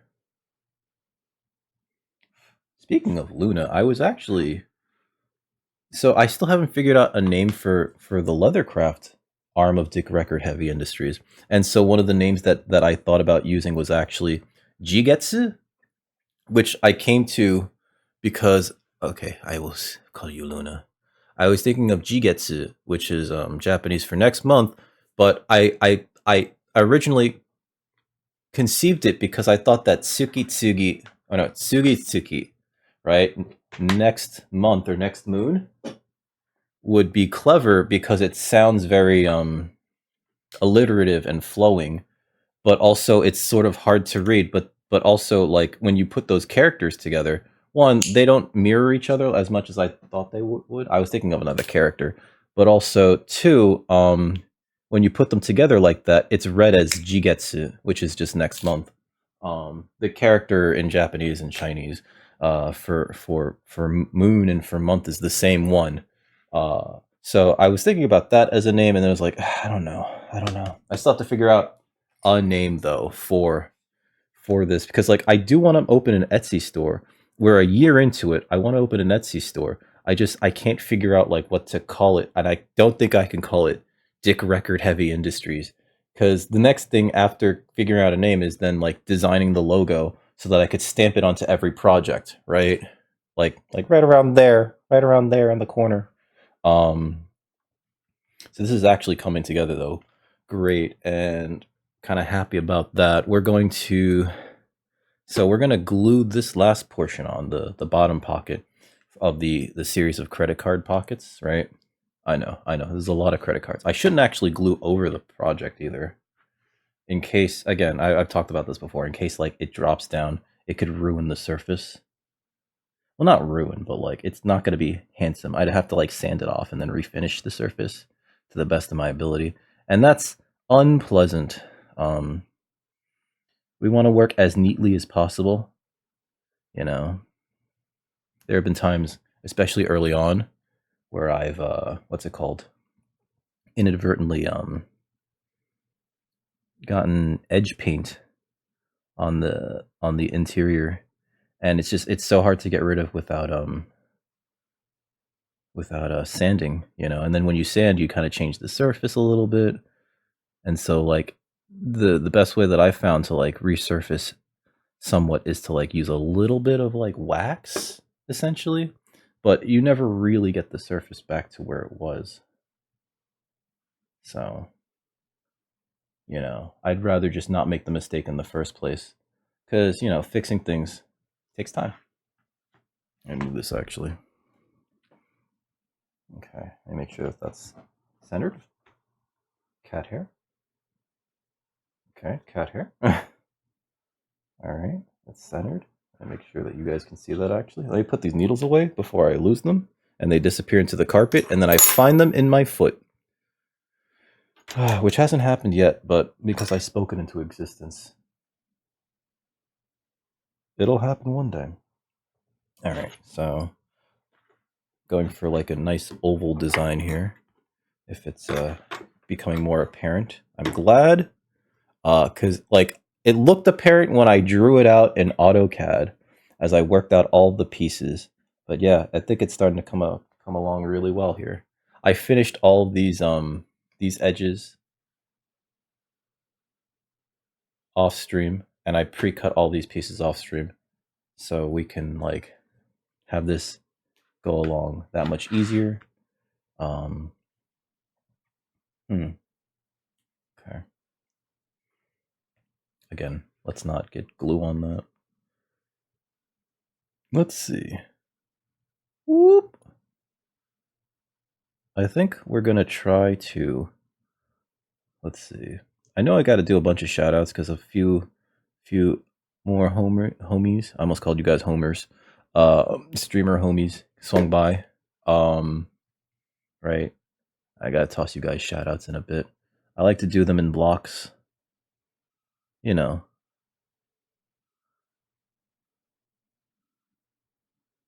Long time listeners know.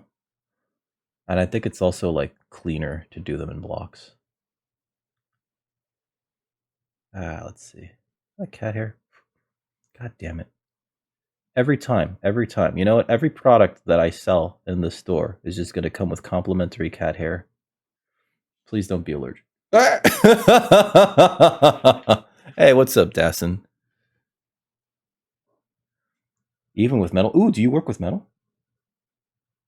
I always wanted to work with metal. I always wanted to be a metal worker, actually. But there's like precious few places where you can even like learn to in New York City. Also, Happy New Year. Welcome back. Let's see, we're gonna work this in there like that. Make sure that this is properly put in there. I always wanted to like forge my own like dagger, which might just be like the edgy teen in me, or the Dungeons and Dragons fan in me that's just like, yes, I should forge my own sword to go on a quest to slay dragons. I don't know what those dragons are yet. Oh, that's fine too. I mean, like, it depends too. Like, the malleability of the metal also has like a huge effect on it, right? Like gold is very malleable, right? So, you know, but like certain metals, like I think steel is like it has a fair amount of malleability, but unless you 100% melt it down and then start from like square one, if you deflect it too much, it's going to develop bends.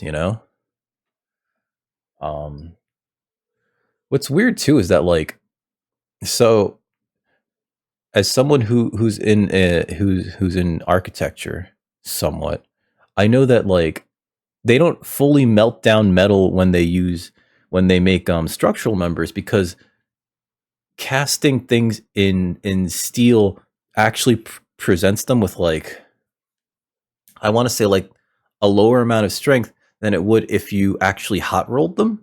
So like what they do is they hot roll the structural units that they want to make into the shapes that they want to, right? It's basically like this process where the metal is very hot and it just kind of goes through these rolling machines, kind of like it's like series of rolling pins that can actually withstand the heat and the weight of the steel, right?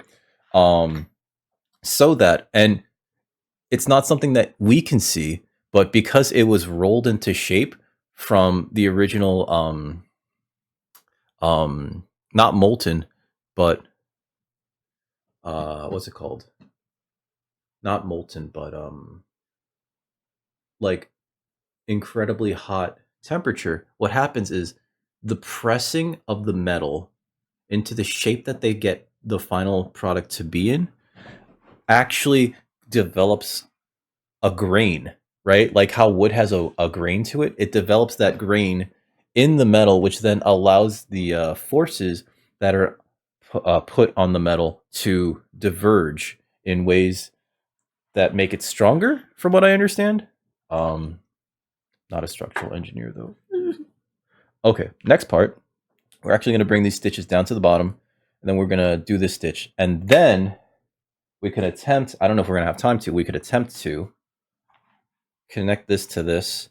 I don't think I glue it down just yet. This is the first time that I'm making this version of the wallet. The original version of the wallet had another set of pockets here, right? And it was a big pocket like this. For this version of the wallet, I'm going to just stitch it down to this so that we have just our bill pockets here and here, right? Then we'll have the, if that's all, does this not have enough pliability? Oh no. Did I not think this through? Yeah, I did.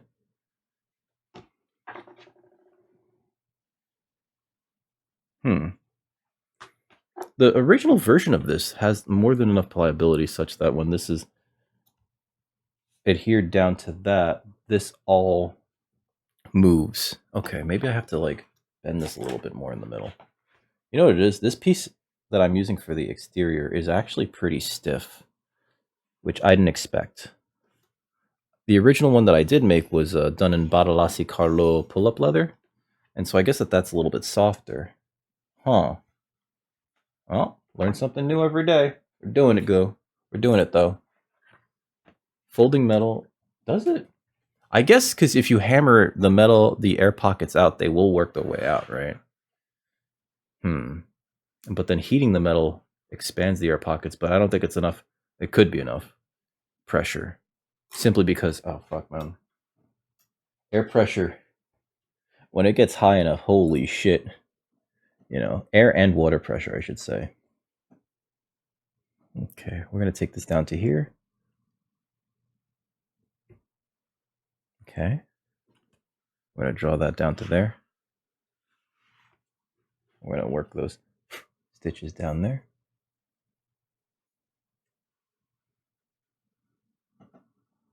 Okay. Right there. But yeah, I do wish I was working with metal, or that I did work with metal. I think that it's really, really interesting and really fun. Where's my ruler? I saw like one place in Brooklyn. It's an industry city where they have like a forge.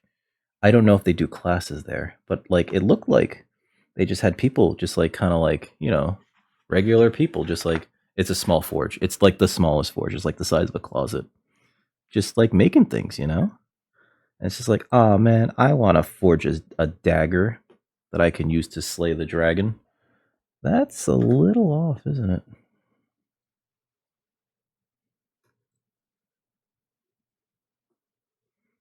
Put that on there. There we go. Okay.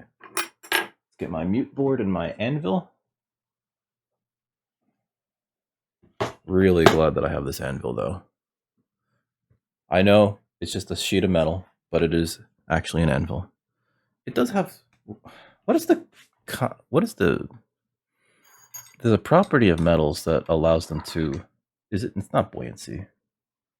That allows them to reflect forces back. I forget what it's called.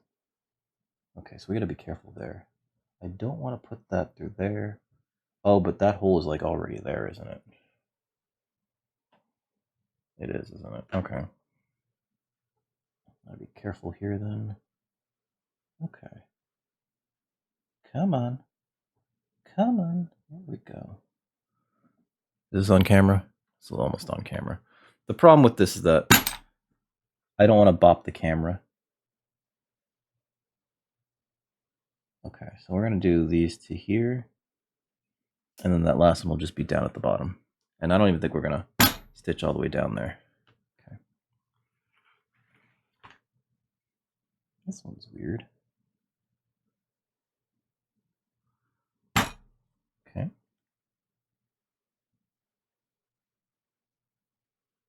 Yeah, let's just do that to there.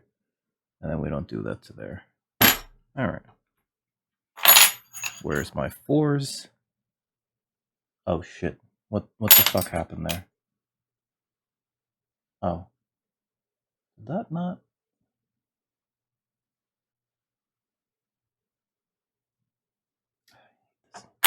Okay, whatever.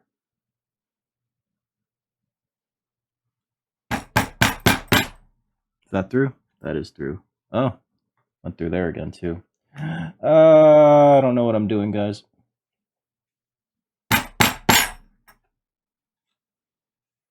Okay. That didn't go through there, though. That's perfect.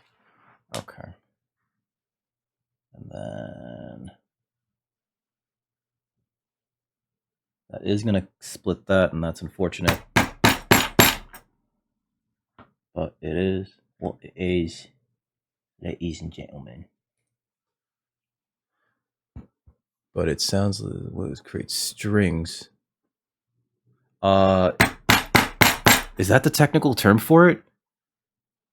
Because my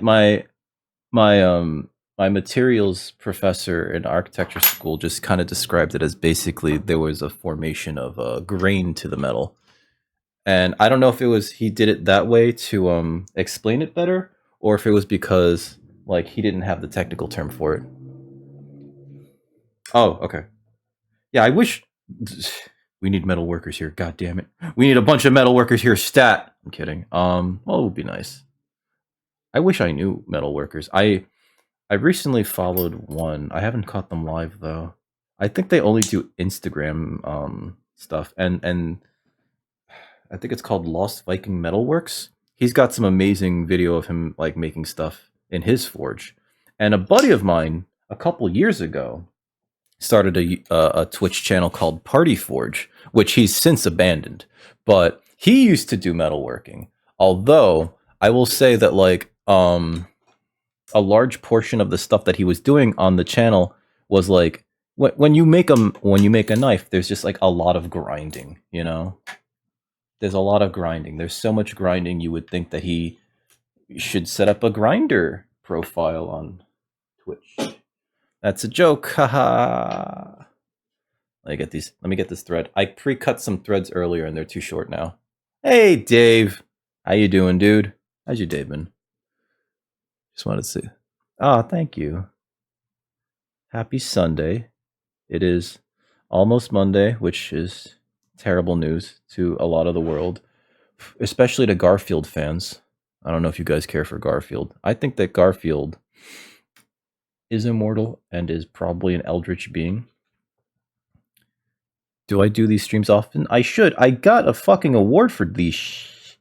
I actually got an award for best hobby streams for doing these leather crafting streams. People really seem to enjoy it. It's just the setup is just so much of a pain in the ass. I'm glad you were able to stop by though. I hope you don't have to leave because of anything too serious though. They're good lore streams. Wait, lore? What kind of lore? Is there lore? Am I accidentally creating dick lore? Oh no. What have I said? What did I do? I have so much wax on my pants right now. Like, it was a mistake to wear black jeans. I'm gonna say that right now, guys. But I want to say that these tend to happen roughly once a month. And I wish it would be more often, but usually what happens is I'll plan to do one, and then I'll look at all the equipment that I have to set up, and then I'll be like, nah, fuck it, I'm just gonna play video games. I can't. I'm just lazy now. So the main issue is that I'm a lazy piece of shit sometimes. I've been meaning to do this stream for like, I want to say a month, you know? And when I was up for the Friendo Year Endo Hobby Streams Award, you know, Prez was like, could you do some more Leathercraft streams? And I was like, I guess. And I managed to do exactly one, you know, and the entire time I was just like kind of feeling like kind of bleh about the whole thing, you know? Oh, it's to flesh out the Steven universe? I thought about doing a Steven Universe based logo. I have like tabs open and everything. I don't know how the D would work. I was thinking, oh god, that sounds very sussy. I figured I'd do like a lowercase d into a uppercase R for a Steven Universe type logo.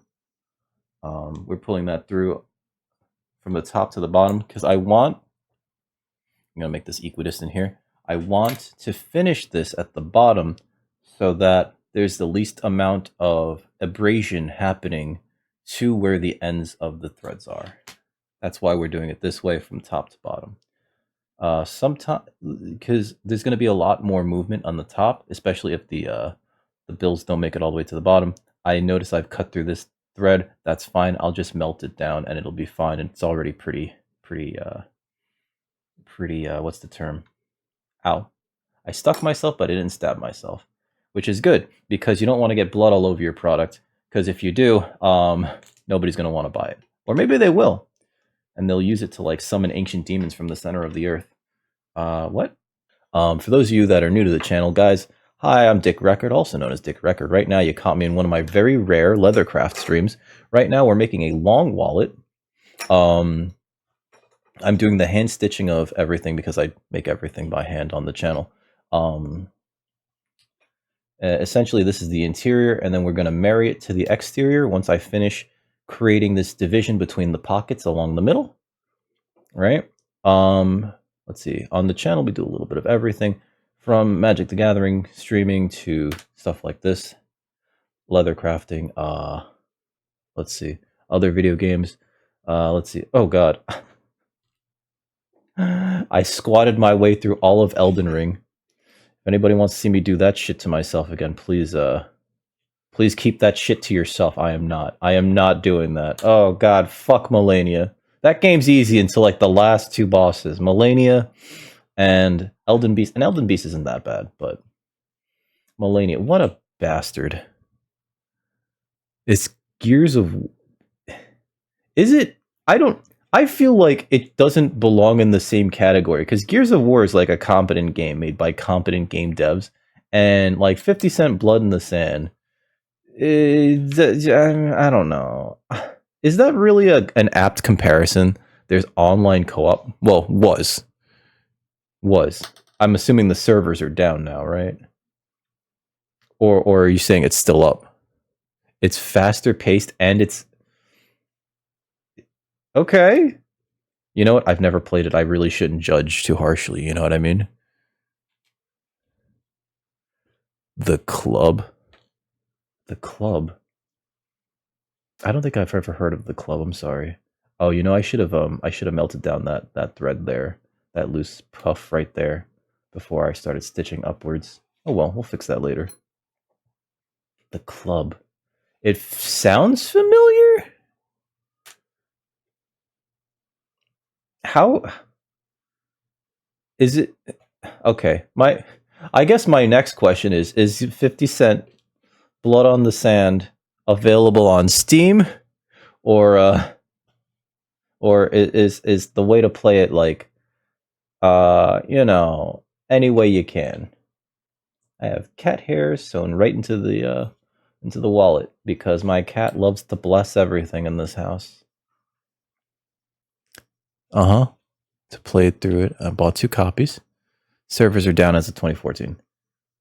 Boo. But let me guess. Fan servers? Trading in one is now at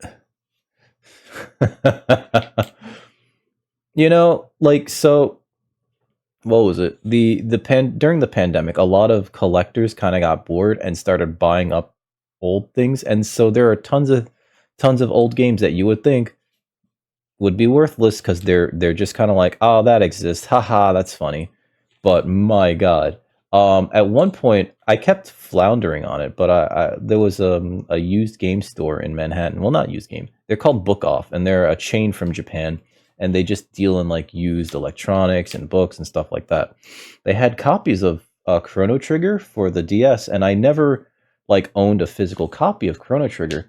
So I thought about picking one up because they had them for like $25 before the pandemic. Post pandemic, I think it's like an $80 game. And hindsight's 2020, but also had I had that hindsight, I would have bought every fucking one of them.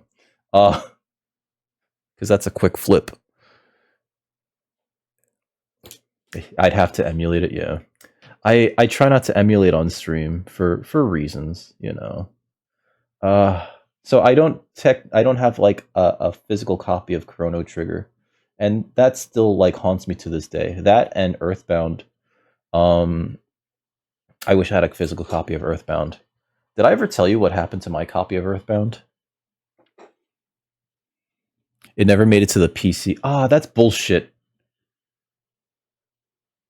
As someone who is now a PC gamer, one who games on the PC, every time I hear that a game is not on the PC, it enrages me. Because we got such gems as, oh god, there was this one game made by Al Pacino, and he set up a studio called Tribeca Games, and it's like got this star-studded cast, and you can play that shit online for free because I believe it's abandonware. And it's like a point-and-click puzzle game, like Myst, and you can just like run it through a browser, and no one gives a shit. Like fucking Cher is the woman that you talk to save your game, and Steven Tyler is like a bad person. I think Jim Belushi is like an ally, but he's like this little guy that flies on a tiny plane. It's so weird. It's so weird. I know. And like more things need to become available, right? Because like real talk, if we didn't have emulation, so many games would just fucking disappear. I was watching Matt McMuscles do a Flophouse plays of this game that I hadn't seen in like years, and I know that it's on my emulation, on my my handheld emulation, my fucking the thing, the RS36 or the R36S that I have. I know it's on there. It's called Knuckle Bash. It never got ported to anything. It was an arcade beat 'em up that was essentially you're like a wrestler, and you go on this crusade with your buddies to defeat the evil wrestling group known as the Bull Group. It's so fucking weird. But I remember playing that game in the arcades as a kid and like always accidentally picking up the yes, Steven Tyler from Aerosmith. He does a voice of like this weird imp in that game. Cher is in it. It also has like Jim Belushi has like this thing that like flies around. But this game Knuckle Bash, it was never ported to anything, and it's absolutely insane. You're a wrestler. I always end up picking the guy who looks like Elvis, who I guess was like supposed to be a copy of what's his name, or a facsimile of God, what was the wrestler's name? I don't know if I could say it out loud, actually, because That's a hard word. Never mind. I'm not gonna say the wrestler's name. But like, essentially, you're all a bunch of wrestlers, but it's a side-scrolling beat 'em up, and you just beat the piss out of other wrestlers. Oh, and I remember spending so much time playing that stupid fucking game. Ninja Baseball Batman? God, you know what that reminds me of? There was a Batman Forever arcade game, and that got a port to, I believe, the PlayStation, and I believe the disc is worth like $200 now. Speaking of expensive games.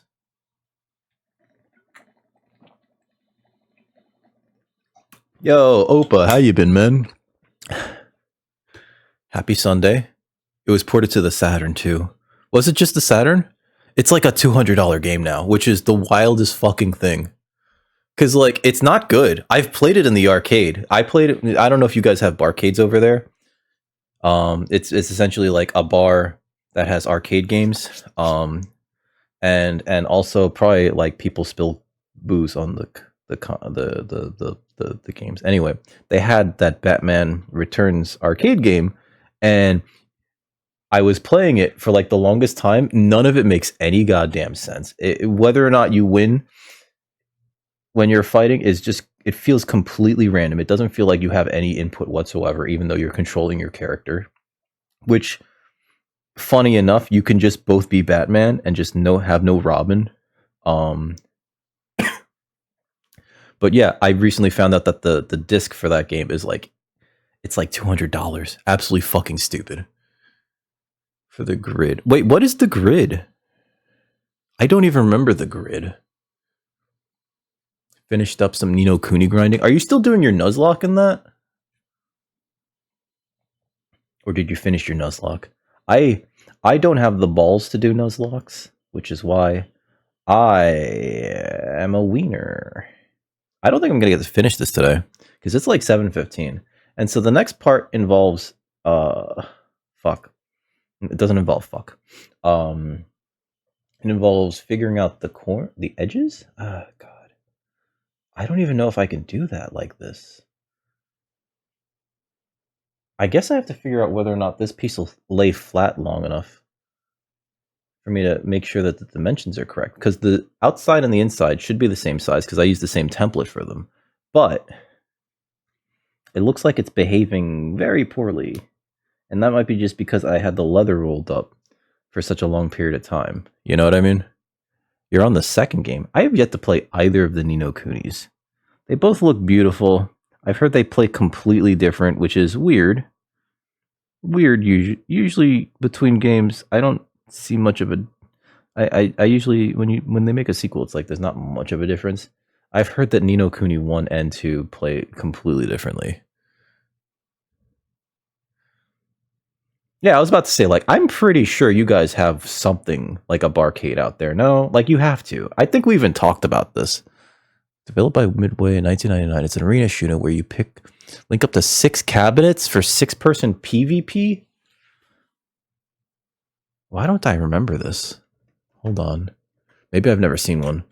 The Grid 1999 game. All right, so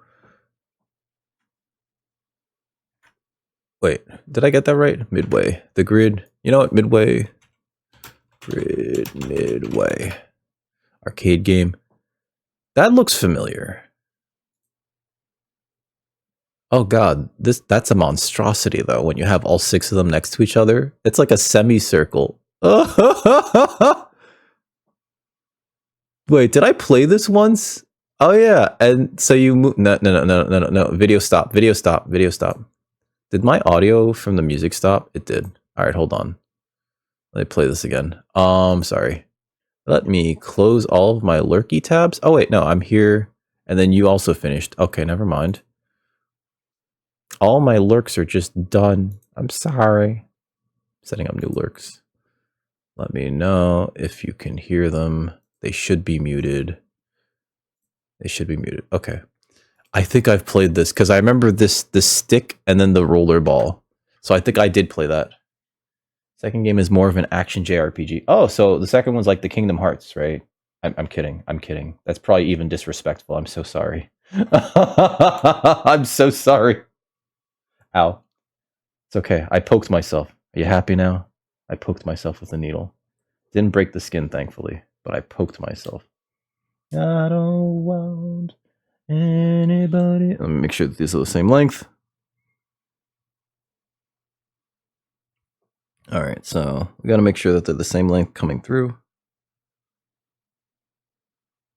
Okay, so see, and make sure that the length is all the way the same when you saddle stitch, right? Pull this down here. So we pull this down, and that creates a clear gap so that we can then slide in the other thread through the hole. But it's God, so the problem with it, right? Game show where you killed people for money. Oh, like Smash TV. I had Smash TV. I had it for the Super Nintendo. I let that one go too. Oh yeah, so that reminds me. All at the same day, on the same day, since I thought I was done with Smash TV, Earthbound, and there was one other game for the Super Nintendo. I had my parents sell them to a game store that my stepfather was a friend with the owner, and he gave me $7 per. And $7 for Earthbound, as some of you guys may know, is a fucking travesty, and I'm an idiot. Earthbound now as a cartridge by itself, just the cartridge, is $200, maybe even more, you know, post-pandemic. Or mid-endemic, I should say. Every time I see a copy anywhere, I always ask, and I always get greeted with, especially at stores, it'll be like $250, maybe $3, right? And it's the reason why I still go to like yard sales. Just hoping. I don't know what to look for in any other console though. So like if I'm at a yard sale and I see like a bucket of like GameCube games, I just kind of go like, oh, that's cool. I have a GameCube, but I only played like 2 games on it. It feels bad. It feels bad. I didn't know, you know, and it's one of those like, again, hindsight's 2020, right? Like you never know that like, oh yeah, that's gonna become like worth $1 bajillion one day, you know. But it sucks and I guess it was my fault for letting it go, right? What is that sound?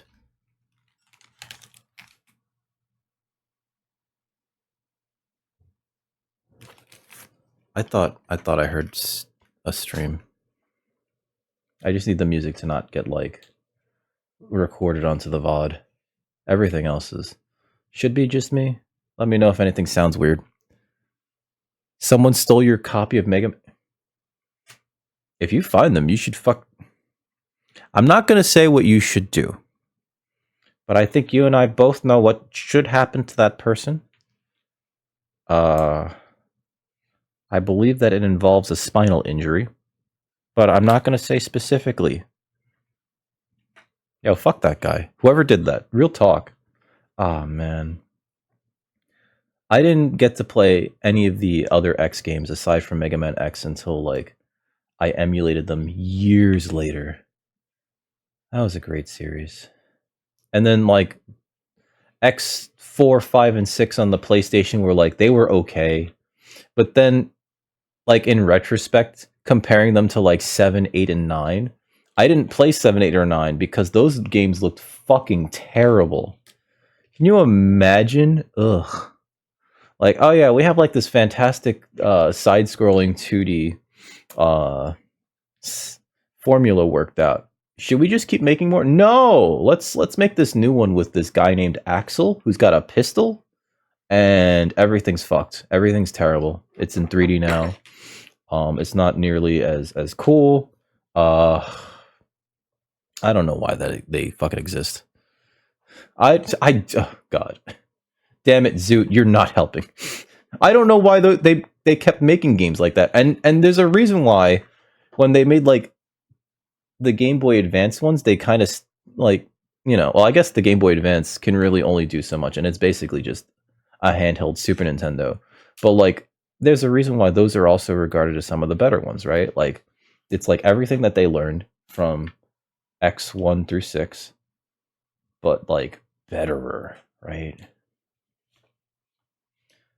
I think I only emulated 0 and not 0-2, but God, it was a good game. You know, there were a lot of really good games on that little system, the Game Boy Advance, right? And there are some games that, like, you know, I would have played if I had them, but like I don't think I have the patience to anymore. Like there's a Shining Force adjacent. It's like in the world of Shining Force, but it's like an adventure role playing game. And I was trying to play that the other day on like my retro handheld. And I know I played it before, but I was like, this is too fucking slow. This is too fucking slow for my brain. I am about to pass out. I can't play this anymore. But like if I had it at the time that it released, I would have been like, yeah, this game's amazing. There should be more games like this.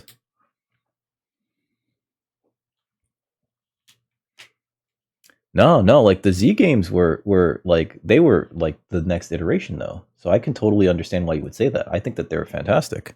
You know, all video games are better. No, that's not true. Unless you're Hillary Clinton or Ralph Nader, in which case that they're the reason why kids are so violent these days. Not because the parents are bad parents,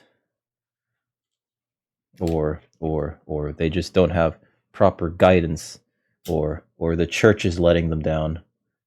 We finish every end of the thread with a little bit of, well, it's wax polycord, so we just kind of like hit it with the lighter. Not hit it, you know what I mean.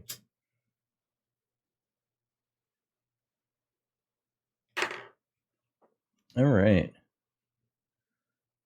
Is that? Did I cleave through that? I think I did. Okay. Now we're just gonna hammer this a little flatter.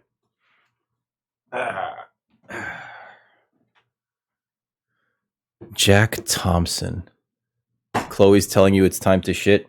For her or for you? Is Chloe going like, you should shit, Pop?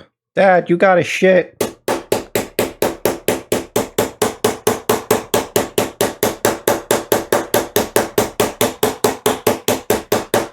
Dad, you gotta poop.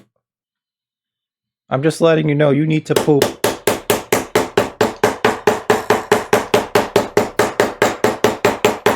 I like to hammer. Dad, it's your turn to poop. I like to hammer the stitches flat after every bit of stitching, you know, so we got them flat. Let me clean off the hammerhead actually, because since it's wax polycord, it does leave a little residue. All right, so I can get this side.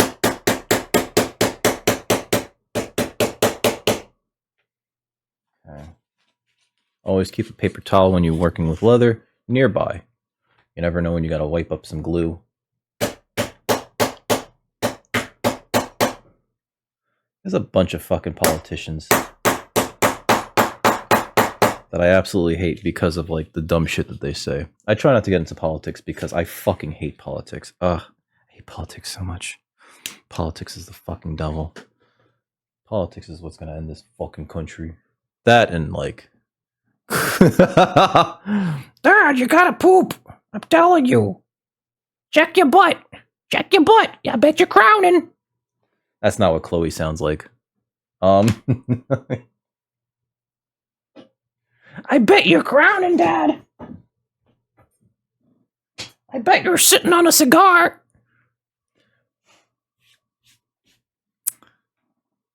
Or Shinji will have to. Oh no. Alright, so we're this far along here. Yeah, it might be a good time to like actually raid out. So here's where we are, right? We have the wallet, right? Or rather, the interior of the wallet. We have the exterior of the wallet.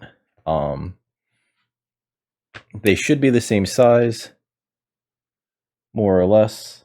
So I guess the issue is they are the same size. Okay, good. The issue is with the original, at this point, I glued this down to this and then I stitched through. But I glued it down after I punched the holes. I don't know if that's wise to do, right? It did work though. And then after I glued it down, I rounded the corners, and then I punched the holes. I don't know if I could do that here. And then after I stitched it all down together, then... God, so many fucking... Okay. All right, Daisy will be here. Enjoy your walk. Tell Chloe I said hello, good baby. Give Chloe kisses on the nose for me. I know it's slimy. I don't kiss my cat on the nose. I refuse. I refuse. She's just like, I'll boop her sometimes with my nose, like boop. You know, my mother used to kiss my cat on the nose, and it's like, ew, it's slimy. Don't do that. It's like, ew, don't do that. Ew. Ew. There I go again, throwing my mother under the bus. But still, ew. So yeah, maybe I should make it a part 2 to this, and then just read out. Because also, and it's very important to say this, when you do anything, any sort of like physical activity, you don't want to like get into doing too much of it without like taking breaks, right? Because repetitive motion injuries are a real thing. I was watching Quarter Leather. He was talking about how he managed to injure himself from just punching leather all day, right? The slime is how they show love. Oh, maybe I don't want that. I think my girlfriend just landed. She just messaged me twice. Nope. Okay. My girlfriend's flying back today. Why is that color though? It should be like more natural colored. Like this camera is just like really gnarly. Maybe I gotta like adjust the camera. Hold on. Workspace webcam. Okay. Configure video. Hue? It is more like that, actually. It should be like that. Auto? Can I auto? No, I can't auto. No, that makes my hand look too pink. I probably should have did this at the start of stream. I just want this to look right. Apply. Okay. All right. So, yeah, I don't know if I should like continue this because I think now's a good time, right? I can continue this during the week, right? I just wanted to show off like the majority of the construction. Right, we have like this nice oval design for the pockets. These are individual pockets for credit cards, right? And these larger pockets are where the bills go. The entire thing will then ultimately fold over. I need to double check to see if that will work. The one that I made for my mother works, so I don't know why this is like acting like this. Maybe this leather is just less, no, but there wasn't too much of an issue with the other one in terms of stretchiness. And it's the same type of leather, more or less. I guess the other one's waxier. You have mild arthritis. Oh, fuck. Oh, fuck. Everybody stretch. Everybody stretch your hands.